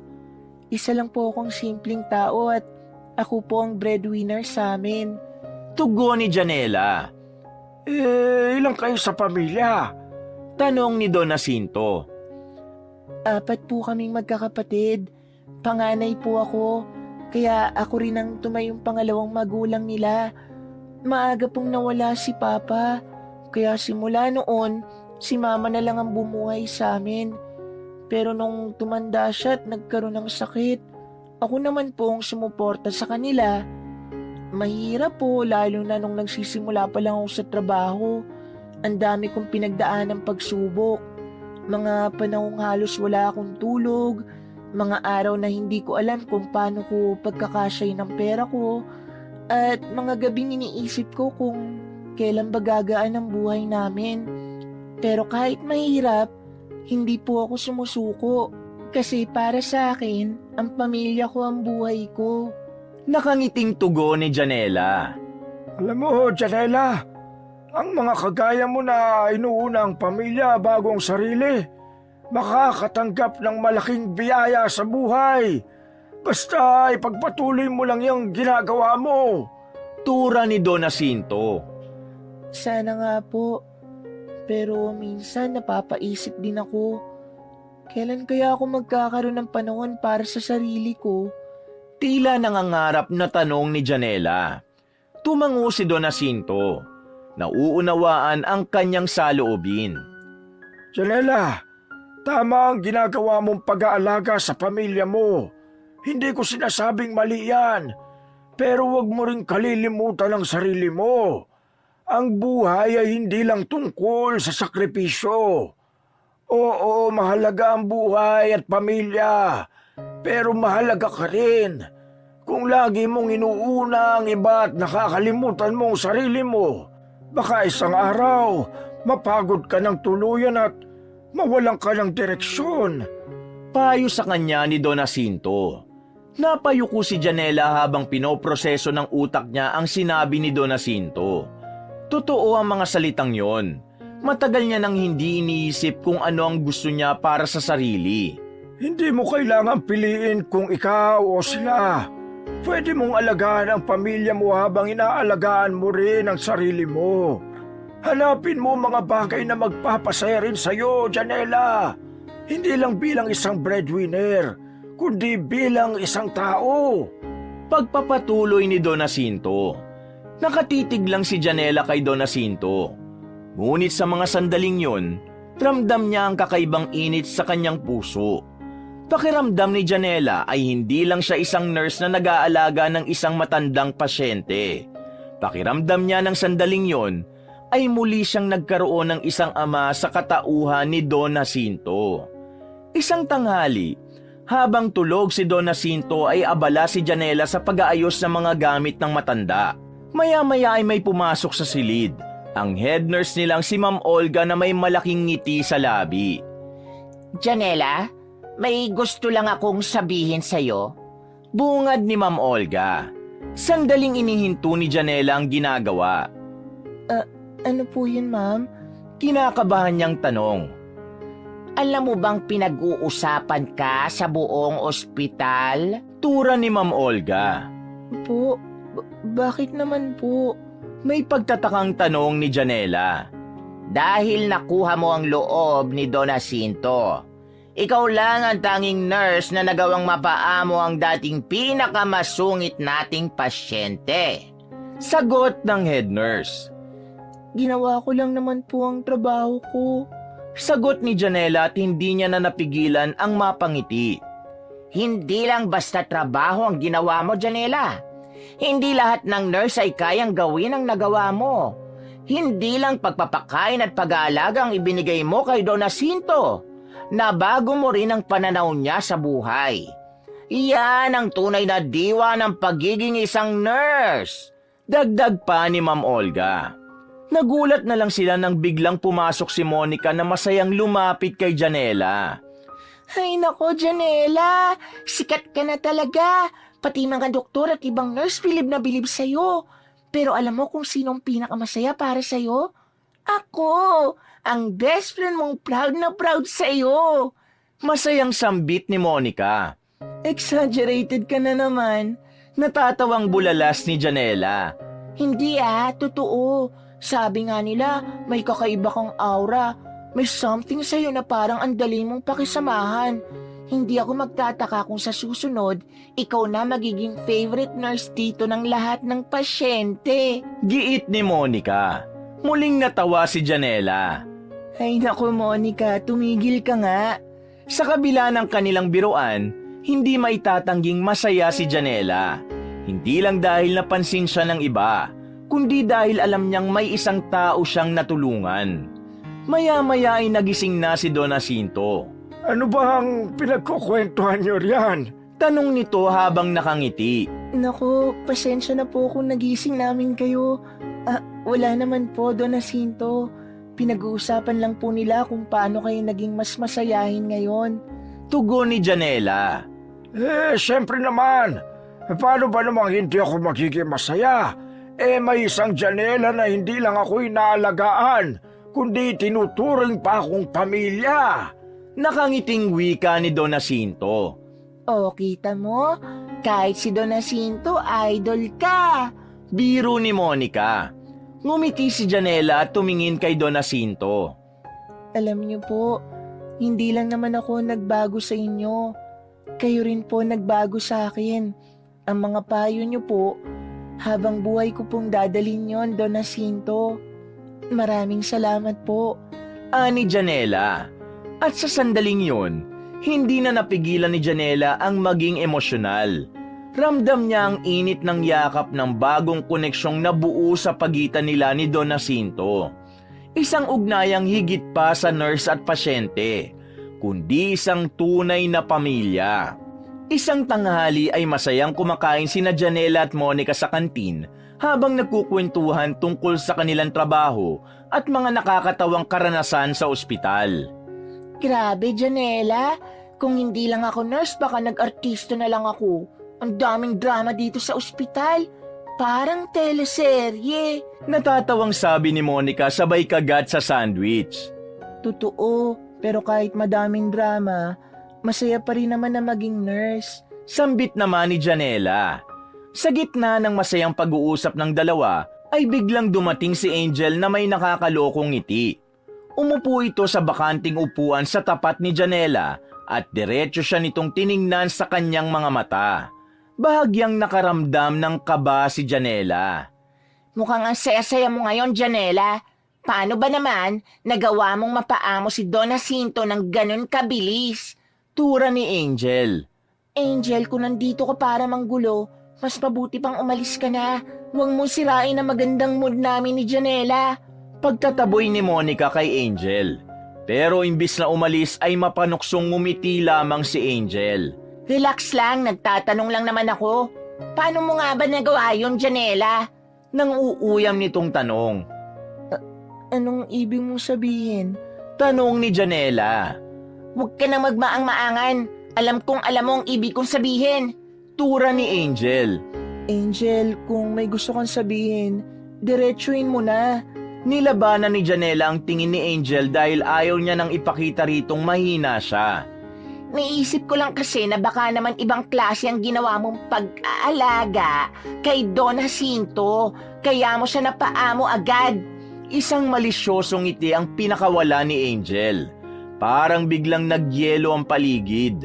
Hindi makapaniwala si Janela sa narinig. Agad siyang napatayo. Pero bago pa siya makasagot, nauna nang sumabog sa galit si Monica. Napakadumi ng isip mo, Angel. Alam mo, hindi bagay sa'yo ang pangalan mong Angel. Dahil lang totoo, isa kang devil. Singhal ni Monica. Napangisi si Angel na tumawa ng bahagya. Totoo naman, di ba? Ang tanda-tanda na ni Don Jacinto tapos biglang naging sunod-sunuran sa'yo? Ang bilis ng transition, Janela. Nakakapagtaka lang. Pinigilan ni Janela ang sariling lamunin siya ng galit sa pag-aakusa ni Angel sa kanya ng isang bagay na walang katotohanan. Huminga siya ng malalim at matalim na tinitigan si Angel. Hindi ko kailangang ipaliwanag ang sarili ko sa'yo, Angel. Ang alam ko lang, ginagawa ko ang trabaho ko ng tama at hindi ko kailangang gumamit ng kahit anong maruming paraan para mapalapit sa pasyente. Nabigyan ka na noon ng pagkakataon na alagaan si Don Jacinto, pero ni minsan hindi mo nagawang intindihin ang tunay na pangangailangan niya bilang isang pasyente. Matatag na tura ni Janela. Whatever. Sabi ni Angel bago tumalikod at umalis. Inubos ni Janela ang isang baso ng tubig para pakalmahin ang sarili. Hindi niya akalain na may ganong palang pag-iisip si Angel sa kanya. Alam niya na hindi siya nito gusto, ngunit hindi niya inakalang aakusahan siya nito ng ganong bagay. Hay nako, Janela. Hayaan mo na yon. Kahit kailan, hindi magiging masaya ang isang taong katulad niya sa magagandang bagay na nagagawa mo. Paalala ni Monica. Tama ka, Monica. Hindi ko siya papatulan. Mas mahalaga ang mga taong naniniwala sa akin kaysa sa mga taong hindi kailanman magiging masaya sa tagumpay ng iba. Pagsang-ayon ni Janela. Huminga ng malalim si Janela at naupo muli. Kahit naiinis siya sa ginawa ni Angel, ay hindi niya hahayaan na masira nito ang araw niya.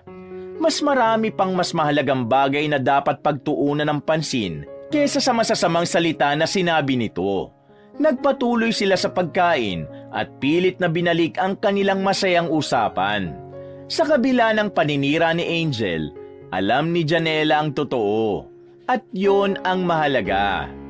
Maagang dumating si Janela sa kwarto ni Don Jacinto ng umagang yon. Dala niya ang tray ng mga gamot nito. Nakaupo ang matanda sa kama habang nakatingin sa bintana na para bang meron itong malalim na iniisip. Magandang umaga po, Don Jacinto. Masayang bati ni Janela habang inilalapag ang tray sa maliit na lamesa sa tabi ng kama. Napalingon ang matanda sa kanya at bahagyang ngumiti.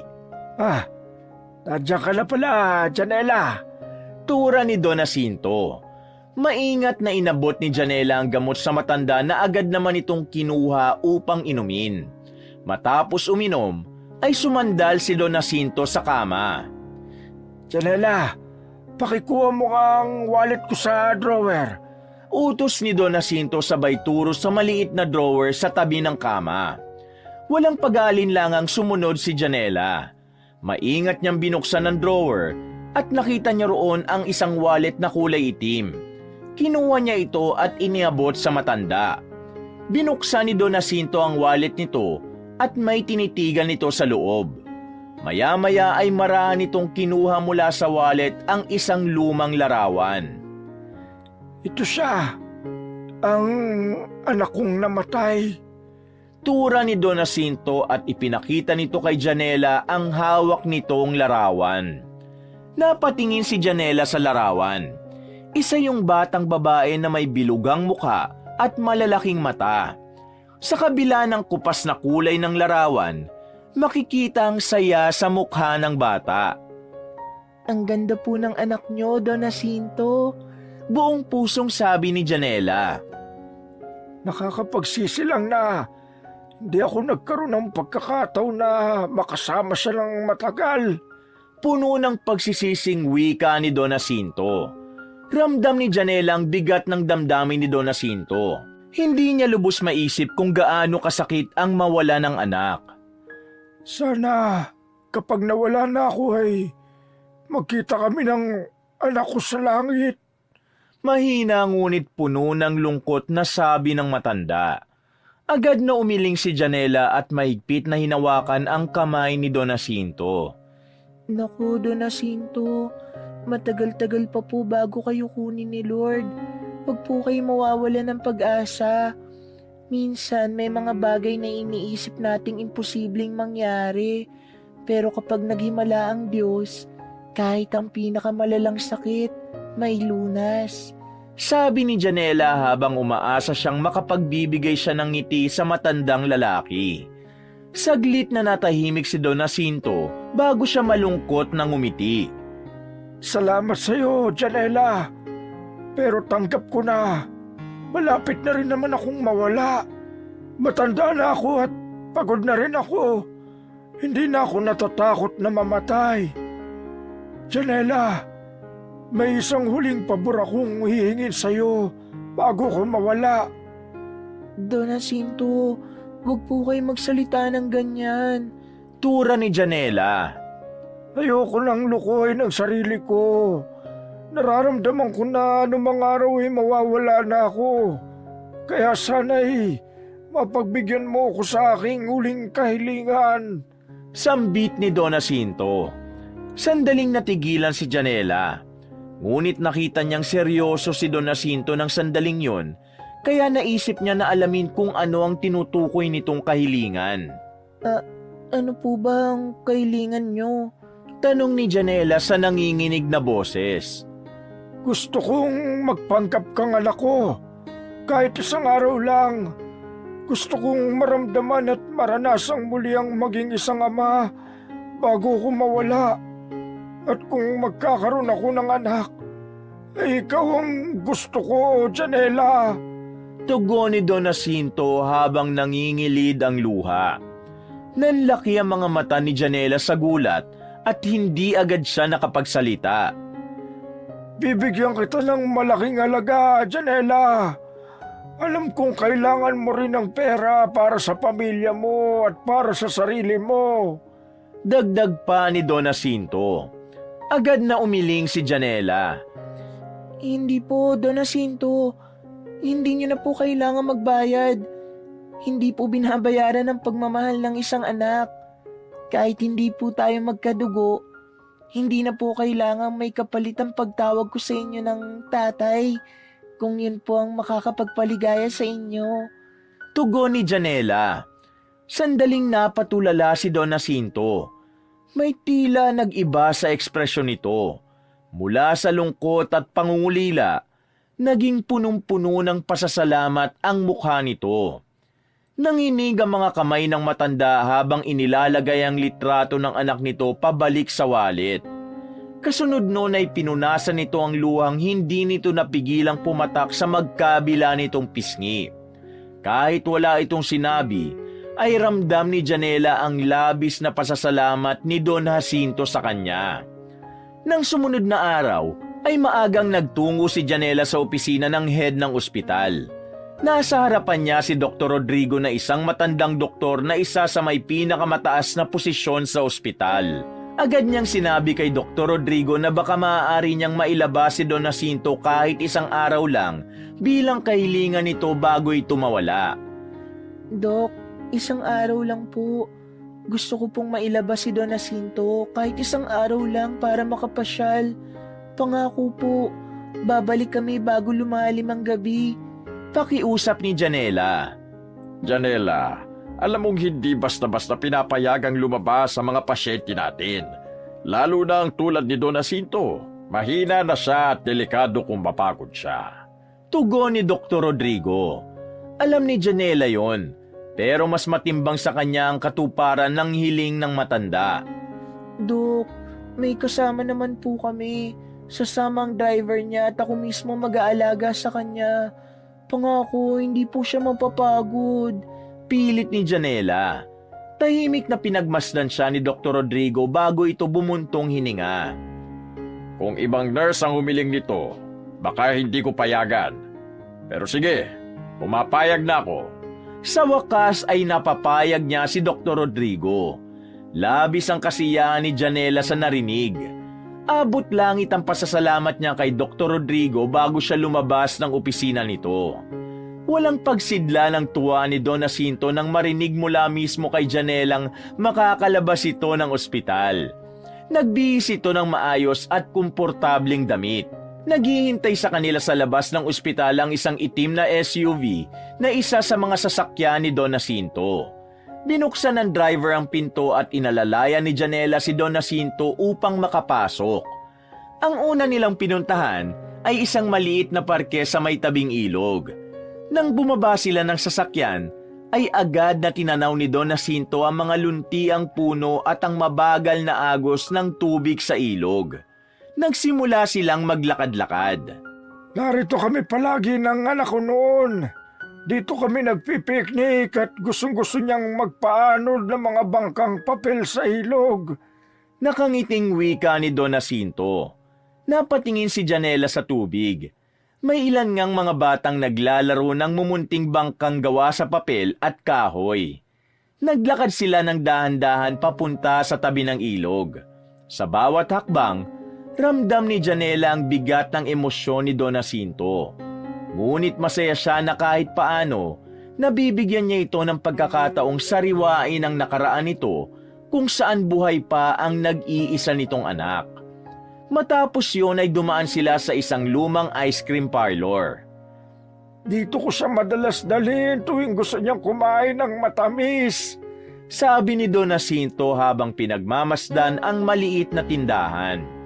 Pumasok sila at agad na nag-order si Don Jacinto. Matapos yon ay umupo sila sa may tabing bintana.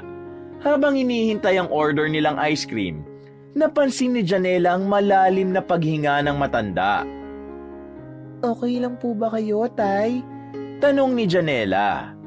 Oo anak, ang totoo ay masaya ako kasi may natatawag na ulit akong anak.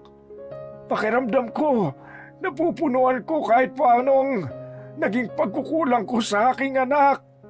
Ani Don Jacinto sabay ngiti. Pagdating ng ice cream nila, ay nagkwentuhan sila ng masasayang alaala ni Don Jacinto tungkol sa anak nito. Matamang nakinig si Janela at hindi na muna niya inisip na merong sakit ang mayamang matanda.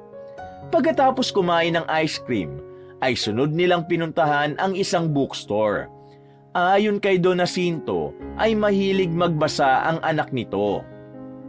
Ikaw ba, Janela? Mahilig ka bang magbasa ng libro? Tanong ni Don Jacinto. Noon po ay mahilig ako magbasa. Pero ngayon, wala na po akong oras magbasa dahil sa trabaho. Tugon ni Janela. Gusto mo ba ng libro, anak? Tanong ni Don Jacinto. Nagulat si Janela. Tay, hindi mo naman po kailangang... Gusto kong bigyan ka ng regalo. Gusto kong may maalala ka sa araw na ito. Pigil ni Don Jacinto sa pagtanggi ni Janela. Napangiti si Janela. Sa loob ng ilang minuto, naganap siya ng isang librong magugustuhan niya. Hanggang isang libro ang nagustuhan niya at inabot niya yon kay Don Jacinto. Sigurado kang ito ang gusto mo? Tanong ng matanda. Opo, Tay. Sagot ni Janela. Binayaran ni Don Jacinto ang libro. At bago sila lumabas, ay isinulat ni Don Jacinto sa loob ng pabalat ang mga salitang, "Para kay Janela, ang anak ko na nagbigay ng liwanag sa aking buhay." Nang mabasa yun ni Janela ay hindi niya napigilan ang pagtulo ng kanyang luha. Ngunit hindi niya yun ipinakita kay Don Jacinto. Dahil ang gusto niya ay maging masaya lang ito sa buong araw na yon. Bago matapos ang araw ay nagpunta sila sa isang malaking shopping mall. Ang akala ni Janela ay kakain lang sila. Pero dinala siya ni Don Jacinto sa isang malaking butik at sinabi nito na pumili na siya ng mga damit na gusto niya. Tay, hindi ko naman po kailangan ng mamahaling damit. Tanggi ni Janela. Huwag ka nang tumanggi. Naisip ko lang, matagal na akong hindi nakakapag-shopping kasama ang isang anak. Hayaan mo kung maranasan ulit ito. May hinang saad ni Don Jacinto. Napatingin si Janela kay Don Jacinto at alam niyang kahit anong pagtanggi ang gawin niya ay hindi siya mananalo. Kaya naman pumili na lang siya ng isang simpleng floral dress. Pero hindi pa nakontento si Don Jacinto at pinapili pa siya nito ng marami pang damit, bag at mga sapatos. Habang binabayaran ni Don Jacinto ang mga pinamili niya ay nakangiti ito. Para bang sa isang saglit ay bumalik ito sa panahon na may anak itong babae na masaya nitong pinagsha-shopping. Nang kumalat na ang dilim ay nagdesisyon na silang bumalik sa ospital. Habang sakay ng sasakyan, ay nakatanaw si Janela sa labas. Pakiramdam niya ay masyadong mabilis lumipas ang araw. Kaninang umaga lang ay abala pa silang naglalakad sa parke, tumatawa sa ice cream shop at namimili sa mall. Tapos sa isang kisap mata ay pabalik na sila sa ospital. Napansin niyang mahinang paghinga ng matanda sa kanyang tabi. Nang lumingon siya ay nakita niyang nakangiti si Don Jacinto habang nakapikit. Tay, Mahinang tawag dito ni Janela. Bakit, anak? Tugon ni Don Jacinto at nagmulat ito ng mga mata. masaya po ba kayo? Tanong ni Janela. Pilit na pinipigilan ang mabigat na kirot sa kanyang dibdib. Ngumiti ang matanda. Sobra, anak. Matagal ko nang hinangad ang araw na ito. Hindi ko akalaing may pagkakataon pa akong maranasan ulit ito. Salamat sa iyo, Janela. Hinawakan nito ang kanyang kamay. Marahang pinisilyon. Isang matamis na ngiti ang isinukli ni Janela kay Don Jacinto. Pilit niyang ikinubli ang mga luhang nagbabadyang kumawala sa kanyang mga mata nang mapagtanto niya na hindi magtatagal ay mawawala na si Don Jacinto. Pagdating nila sa ospital, ay sinalubong sila ng ilang nurses. Inalalayan ni Janela si Don Jacinto pababa ng sasakyan at tinulungan itong muling makapasok sa kwarto nito. Habang inaayos ni Janela ang kama ng matanda, ay nakaramdam siya ng paninikip ng dibdib. Hindi pa rin kasi mawala sa isip niya na darating ang araw na iiwan siya ni Don Jacinto gaya ng pag-iwan sa kanya ng tatay niya. Matapos maayos ang kama ay lumingon si Janela kay Don Jacinto. Tay, pwede na po kayong mahiga. Aalis na po ako. Pagpapaalam niya, tinitigan siya ni Don Jacinto bago nito marahang inabot ang kanyang mga kamay. Maraming salamat sa araw na ito, anak. Hindi ko ito makakalimutan. Pabulong na wika ni Don Jacinto. Hindi na napigilan ni Janela ang kanyang luha. Napakapit siya ng mahigpit sa mga kamay ni Don Jacinto na para bang ayaw niya na yung bitawan. Hindi ko po alam kung paano ko kayo mapasasalamatan. Ipagdadasal ko po sa Diyos na sana humaba pa ang inyong buhay. Umiiyak na sambit ni Janela. Hinaplos ni Don Jacinto ang kanyang buhok, gaya ng ginagawa ng isang tunay na ama sa kanyang anak. Hindi kita makakalimutan, Janela. Maraming salamat. Anito sabay ngiti. Mas lalong bumigat ang loob ni Janela. Ayaw niyang bumitaw. Ayaw niyang lumayo. Pero wala siyang magagawa hanggang sa kumawala na ang kamay ni Don Jacinto sa kanyang kamay. Pinunasan niya ang kanyang luha at saka tuluyang nagpaalam kay Don Jacinto. At sa huling sulyap ni Janela bago siya lumabas ng kwarto, ay nakita niya si Don Jacinto na nakaupo sa kama. Nakatingin ito sa kanya habang may matamis na ngiti. Pagkatapos niyang isara ang pinto, saka siya tuluyang bumigay. Tahimik siyang umiyak sa hallway upang ilabas ang labis na kalungkutan na kanina pa niya pinipigilan. Nang sumunod na umaga, masaya ang ora ni Janela nang pumasok siya sa ospital kasama si Monica. Hawak pa niya ang braso ng kaibigan habang masiglang nagkukwento. Grabe, Monica. Ang saya-saya talaga kahapon. Ang dami naming napuntahan ni Don Jacinto. Pinasyal niya ako sa park, kumain kami ng ice cream at nag-shopping pa kami. Para talaga akong totoong anak niya. Masayang wika ni Janela sa kaibigan. Ngumiti si Monica habang nakikinig sa kanya. Nakakatuwa ka, Janela. Kitang-kita ko na ang saya mo. Sigurado akong sobrang saya rin ni Don Jacinto kahapon. Pero deserve mo rin naman yan kasi nakapagpahinga ka. Sambit ni Monica. Sa pagpasok nila sa ospital, sinalubong sila ni Ma'am Olga. Baka sa mukha nito ang kalungkutan sa kadahilan ng hindi alam ni Janela. Janela, may kailangan akong sabihin sa'yo. Tura ni Ma'am Olga sa mababang boses. Ano po yun? Tanong ni Janela. Huminga muna ng malalim si Ma'am Olga bago nagsalita. Janela, wala na si Don Jacinto. Ano po? Parang may kung anong bumagsak na mabigat na bagay sa katawan ni Janela. Napakurap siya na tila hindi naiintindihan ang sinabi nito. Nagpaalam na siya kagabi. Inatake siya sa puso habang natutulog. Pero huwag kang mag-alala. Naging payapa ang pagkawala niya. Malungkot na pahayag ni Ma'am Olga. Hindi agad nakapagsalita si Janela. Mabilis na nabura ang kasiyahan niya at napalitan niyo ng malungkot at masakit na katotohanan. Hindi totoo yan. Umiiling na wika ni Janela. Bumagsak ang luha ni Janela bago pa man niya yun mapigilan. Humakbang siya paatras. Hindi po totoo yan. Kausap ko pa siya kagabi. Turan pa ni Janela. Bigla siyang tumakbo palayo. Hindi niya pinansin ang pagtawag ni Monica at Ma'am Olga sa kanya. Dumiretso siya sa kwarto ni Don Jacinto, pero wala na ito ron. Tahimik ang kwarto at malinis. Nangihinang napaupo sa kama si Janela at hinawakan ng una na naroon. Humagulgol siya habang hindi pa rin makapaniwala na wala na si Don Jacinto, gayong kahapon ay masaya pa niya itong nakasama. Narinig niya ang mahihinang yabag ni Monica bago siya nito marahang niyakap mula sa likod. Iyak lang ng iyak si Janela. Pakiramdam niya, hindi niya kayang iwan ang kwartong yon dahil nandoon ang mga alaala ni Don Jacinto.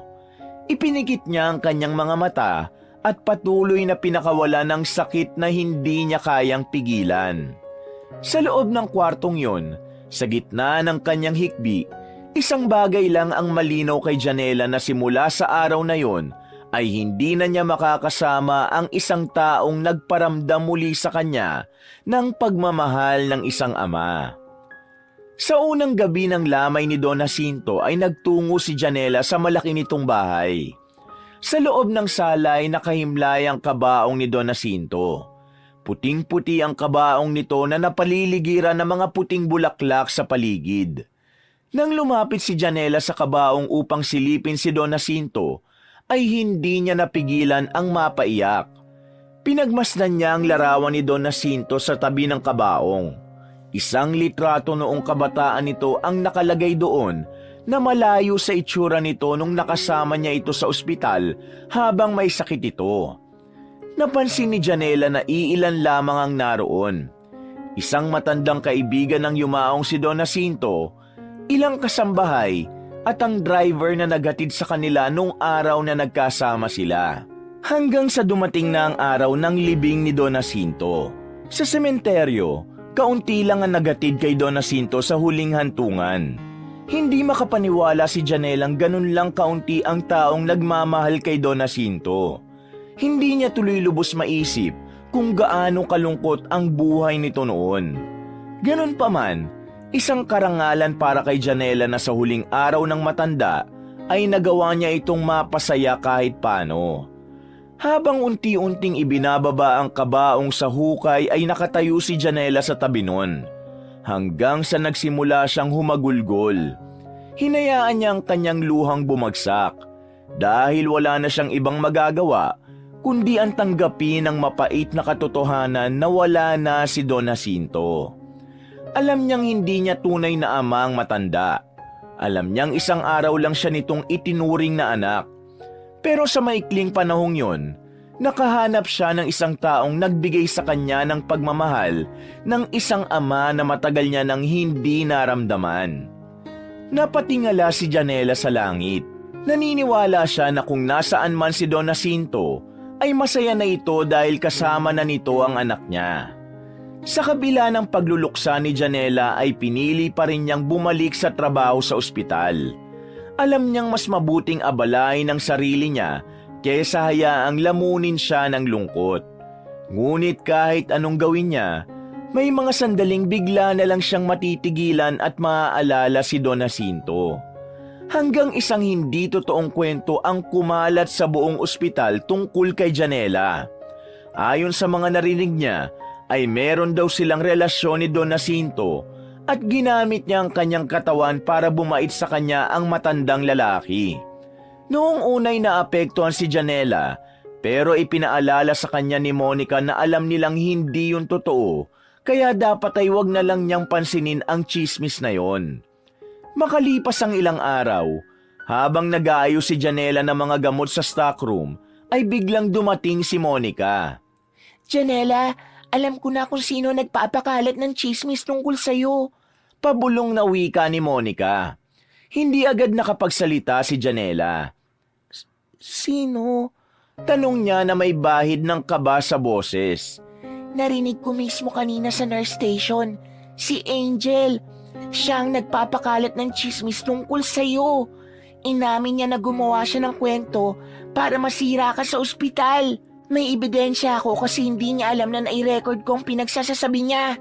Galit na wika ni Monica. Hindi nakapagsalita si Janela. Kahit alam niyang mainit ang dugo ni Angel sa kanya, ay hindi niya inasahan na aabot ito sa pagpapakalat ng isang kwento tungkol sa kanya na walang katotohanan. At sa hindi inaasahang pagkakataon, biglang pumasok si Angel. Hindi na nagdalawang isip si Janela na lapitan ito. Angel, kailangan natin mag-usap. May hinahong sabi ni Janela. Tinaasan siya ni Angel ng isang kilay. Pwede ba? Ayoko makipag-usap sa isang babae na ginamit ang katawan niya para mapaamo ang isang mayamang matandang lalaki na malapit ng mamatay. Kadiri ka, Janela! Mataray na sabi ni Angel. Alam mong hindi totoo yan. Ngayon, sagutin mo ako, Angel. Totoo ba na ikaw ang nagpapakalat ng kwento dito sa ospital? Na nagkaroon kami ng relasyon ni Don Jacinto? Tanong ni Janela. Oo, ako nga. Bakit? May problema ka ba? Besides, totoo naman ang sinasabi ko. Ginamit mo ang katawan mo para mapalapit kay Don Jacinto, di ba? Magkano nakuha mong pera sa kanya? Pangaasar pa ni Angel. Hindi totoo yan. Ano bang nagawa kong kasalanan sa'yo para gawin mo ito sa akin? Wala kaming relasyon ni Don Jacinto, alam mo yan. Patay na nga yung tao pero dinadamay mo pa siya sa kasinungalingan mo. Hindi na napigilan ni Janela ang pagtaas ng boses. Wala ka na ring magagawa, Janela. Nagtagumpay akong ipagkalat ang isang kwentong walang katotohanan. Hindi ba sinabi ko nang mapapatalsik kita rito sa ospital na to? Ito na yon. Sigurado ako na sa sobrang kahihiyan, aalis ka na rito. Unless, ubod ng kapal yung mukha mo. Ani Angel sabay tawa ng malakas. Ngunit lahat sila ay nagulat nang biglang pumasok sa stockroom si Ma'am Olga, ang head nurse na tita ni Angel. Madilim ang mukha nito habang nakatingin kay Angel. Angel, totoo ba ang narinig ko? Ikaw ang nagpapakalat ng chismis tungkol kina Janela at Don Jacinto? Malamig na tanong ni Ma'am Olga. Hindi nakapagsalita si Angel. Halata sa mukha nito ang takot. Tita, hindi ko alam ang sinasabi nila. Pagtanggi ni Angel. Hindi mo alam? Singit ni Monica. Ma'am Olga, narinig ko mismo si Angel kanina sa nurse station. Inamin niya sa ibang nurse na siyang gumawa ng chismis para siraan si Janela. At na-record ko po ang mga sinabi niya kaya meron po akong ebidensya. Gusto niya pong mawala rito si Janela dahil matagal na siyang inis sa kaibigan ko. Nanlaki ang mga mata ni Ma'am Olga. Tumingin itong muli kay Angel. At sa pagkakataong yon ay hindi lang galit ang nasa mukha nito, kundi matinding pagkadismaya. Nakakahiya ka, Angel! Hindi ko akalaing magagawa mo ito. Alam mong hindi tayo pumapayag sa ganitong klase ng ugali dito sa ospital. Kung anong galing mo sa trabaho, siya namang kapal na mukha mo sa paninirang puri. Sisiguraduhin kung makakatanggap ka ng disciplinary action para sa ginawa mo. Ang ospital na ito ay hindi lugar ng paninira at inggit, Angel. At wala akong pakialam kahit pamangkin pa kita. Galit na tura ni Ma'am Olga kay Angel. Matapos magsalita ni Ma'am Olga, ay agad itong tumalikod at naglakad palayo.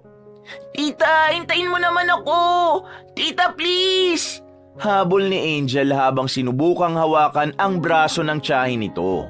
Ngunit panay ang piksi ng braso ni Ma'am Olga na parang nandidiri ito kay Angel. Nanatiling tahimik si Janela. Kahit na alam niyang nakuha na ni Angel ang nararapat para rito, ay wala siyang naramdamang kasiyahan sa nangyari rito. Sa halip, nakaramdam pa siya ng awa dahil alam niyang nagahari ang inggit at galit sa puso ni Angel. Isang umaga, walang pasok sa ospital si Janela kaya nasa bahay lang siya ni na Monica. Wala noon si Monica dahil sumama ito sa nanay nito sa palengke. Kahit paano ay magaan na ang pakiramdam niya dahil nalinis na ang kanyang pangalan sa ospital sa tulong ni Ma'am Olga. Habang si Angel naman ay tuluyan ng tinanggal sa ospital na yon. Ganun pa man, sa bawat araw na lumilipas ay hindi pa rin niya maiwasang maalala si Don Jacinto. Habang abala sa pagwawali sa maliit na sala si Janela, ay may narinig siyang pagkatok sa pinto. Agad niya yung binuksan at bumungad sa kanya ang isang lalaki. Nakasuot ito ng puting polo at itim na pantalon at sapatos. Magandang araw. Ako si Attorney Roberto Sandoval. Abogado ko ni Don Jacinto. Ikaw si Miss Janela Ramirez, tama? Tura ni Attorney Roberto. Ako nga po si Janela. Ano pong sadya ninyo? Nagtatakang tanong ni Janela. Maaari bang sa loob tayo mag-usap? Tanong ng abogado. Agad namang pinapasok ni Janela ang lalaki at nang makaupo sila ay agad nitong binuksan ang isang envelope at inilabas ang ilang dokumento. Narito ako upang ipaalam sa inyo na sa huling habilin ni Don Jacinto ay ipinamana niya sa iyo ang malaking bahagi ng kanyang ari-arian. Deklara ng abogado. Nanlaki ang mga mata ni Janela. Nanlamig ang buong katawan niya. Ano pong sinabi ninyo? Nanginginig ang boses na tanong niya. Ipinamana sa iyo ni Don Jacinto ang malaking bahagi ng kanyang ari-arian. May isang lupa sa Batangas, mansion house sa Tagaytay at pera sa bangko. Tugon ni Attorney Roberto. Hindi po. Kung totoo man po ang sinasabi nyo, hindi ko po yan matatanggap. Pagtanggi ni Janela. Ngumiti si Attorney Sandoval at iniabot sa kanya ang mga dokumento. Naiintindihan ko ang nararamdaman mo, Janela. Pero nais kong ipaalam na pinag-isipan ito ni Don Jacinto. Ito ang paraan niya para makabawi sa iyo. Ilang araw bago siya pumanaw ay madalas niyang naikukwento sa akin kung paano mo siya inaalagaan hindi dahil nurse ka, kundi dahil totoo kang may malasakit sa kanya. Kaya nararapat na tanggapin mo kung anong ibinigay niya sa iyo, Janela. Sa paraang niyan ay mas lalo siyang magiging masaya sa kabilang buhay. Tura ng abogado. Napatingin si Janela sa mga papel na hawak niya. Hindi pa rin niya magawang paniwalaan ang nangyayari. Nang sandaling yon, ay naalala niya ang minsang sinabi ni Don Jacinto na ang taong mabubuti kagaya niya ay binibigyan ng malaking biyaya. At hindi siya makapaniwala na ang biyaya pa lang yon ay manggagaling mismo kay Don Jacinto. Isang araw, nagtungo si Janela sa sementeryo upang dalawin si Don Jacinto. Hapon na at bahagya ng lumulubog ang araw. Hawak niya ang isang bungkos ng tulips na siyang paboritong bulaklak ni Don Jacinto. Dahan-dahan siyang lumapit sa puntod ng matanda at pinagmasda ng marmol na lapida kung saan nakaukit ang pangalan nito. Napabuntong hininga si Janela. Ilang linggo na rin ang lumipas mula nang mamaalam si Don Jacinto, ngunit nararamdaman pa rin niya ang sakit ng pagkawala nito. Dahan-dahan niyang inilapag ang bulaklak sa ibabaw ng puntod. Don Jacinto, nandito po ako para magpasalamat sa inyo. Hindi ko po inakalang bibigyan niyo ako ng napakalaking biyaya. Nung una, hindi ko po matanggap. Pakiramdam ko, hindi ako karapat-dapat. Pero naalala ko ang sinabi niyo noon na ang taong may mabuting puso, binibiyayaan ng higit pa sa inaasahan niya. Hindi ko po alam kung mabuti akong tao pero ipinapangako ko po sa inyo na gagamitin ko ng tama ang lahat ng iniwan niyo sa akin. Pinagtura ni Janela at hinayaan niyang dumaloy ang kanyang luha. Hindi na yun luha ng lungkot, kundi pasasalamat sa isang taong dumaan sa buhay niya at nag-iwan ng hindi matatawarang pagmamahal at aral sa kanya.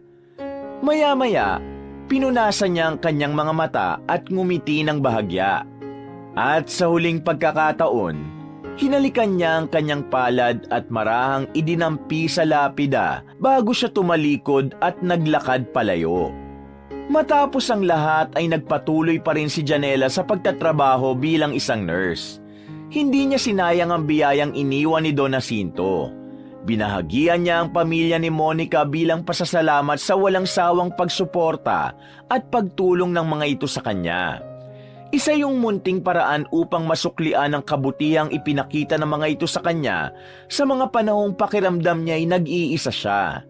Bukod doon, ay nagpatayo siya ng isang flower shop at isang restaurant upang mapaikot niya ang perang ipinagkaloob sa kanya ni Don Jacinto. Bumili rin siya ng bahay at lupa at doon niya na pinatira ang kanyang nanay at mga kapatid upang sa wakas ay muli silang magsama-sama bilang isang buong pamilya. Habang binubuo ni Janela ang kanyang bagong buhay, ay hindi siya tumigil sa pagpapasalamat kay Don Jacinto. Hindi lang sa kayamanang iniwan nito, kundi sa aral na natutunan niya mula rito na ang tunay na halaga ng yaman ay hindi nasusukat sa pera, kundi sa kabutihang loob, pagmamahal, at pagiging bukas palad sa iba. Napagtanto niya na ang kabutihang ginagawa ng isang tao sa iba ay babalik sa paraang hindi mo inaasahan. Wakas!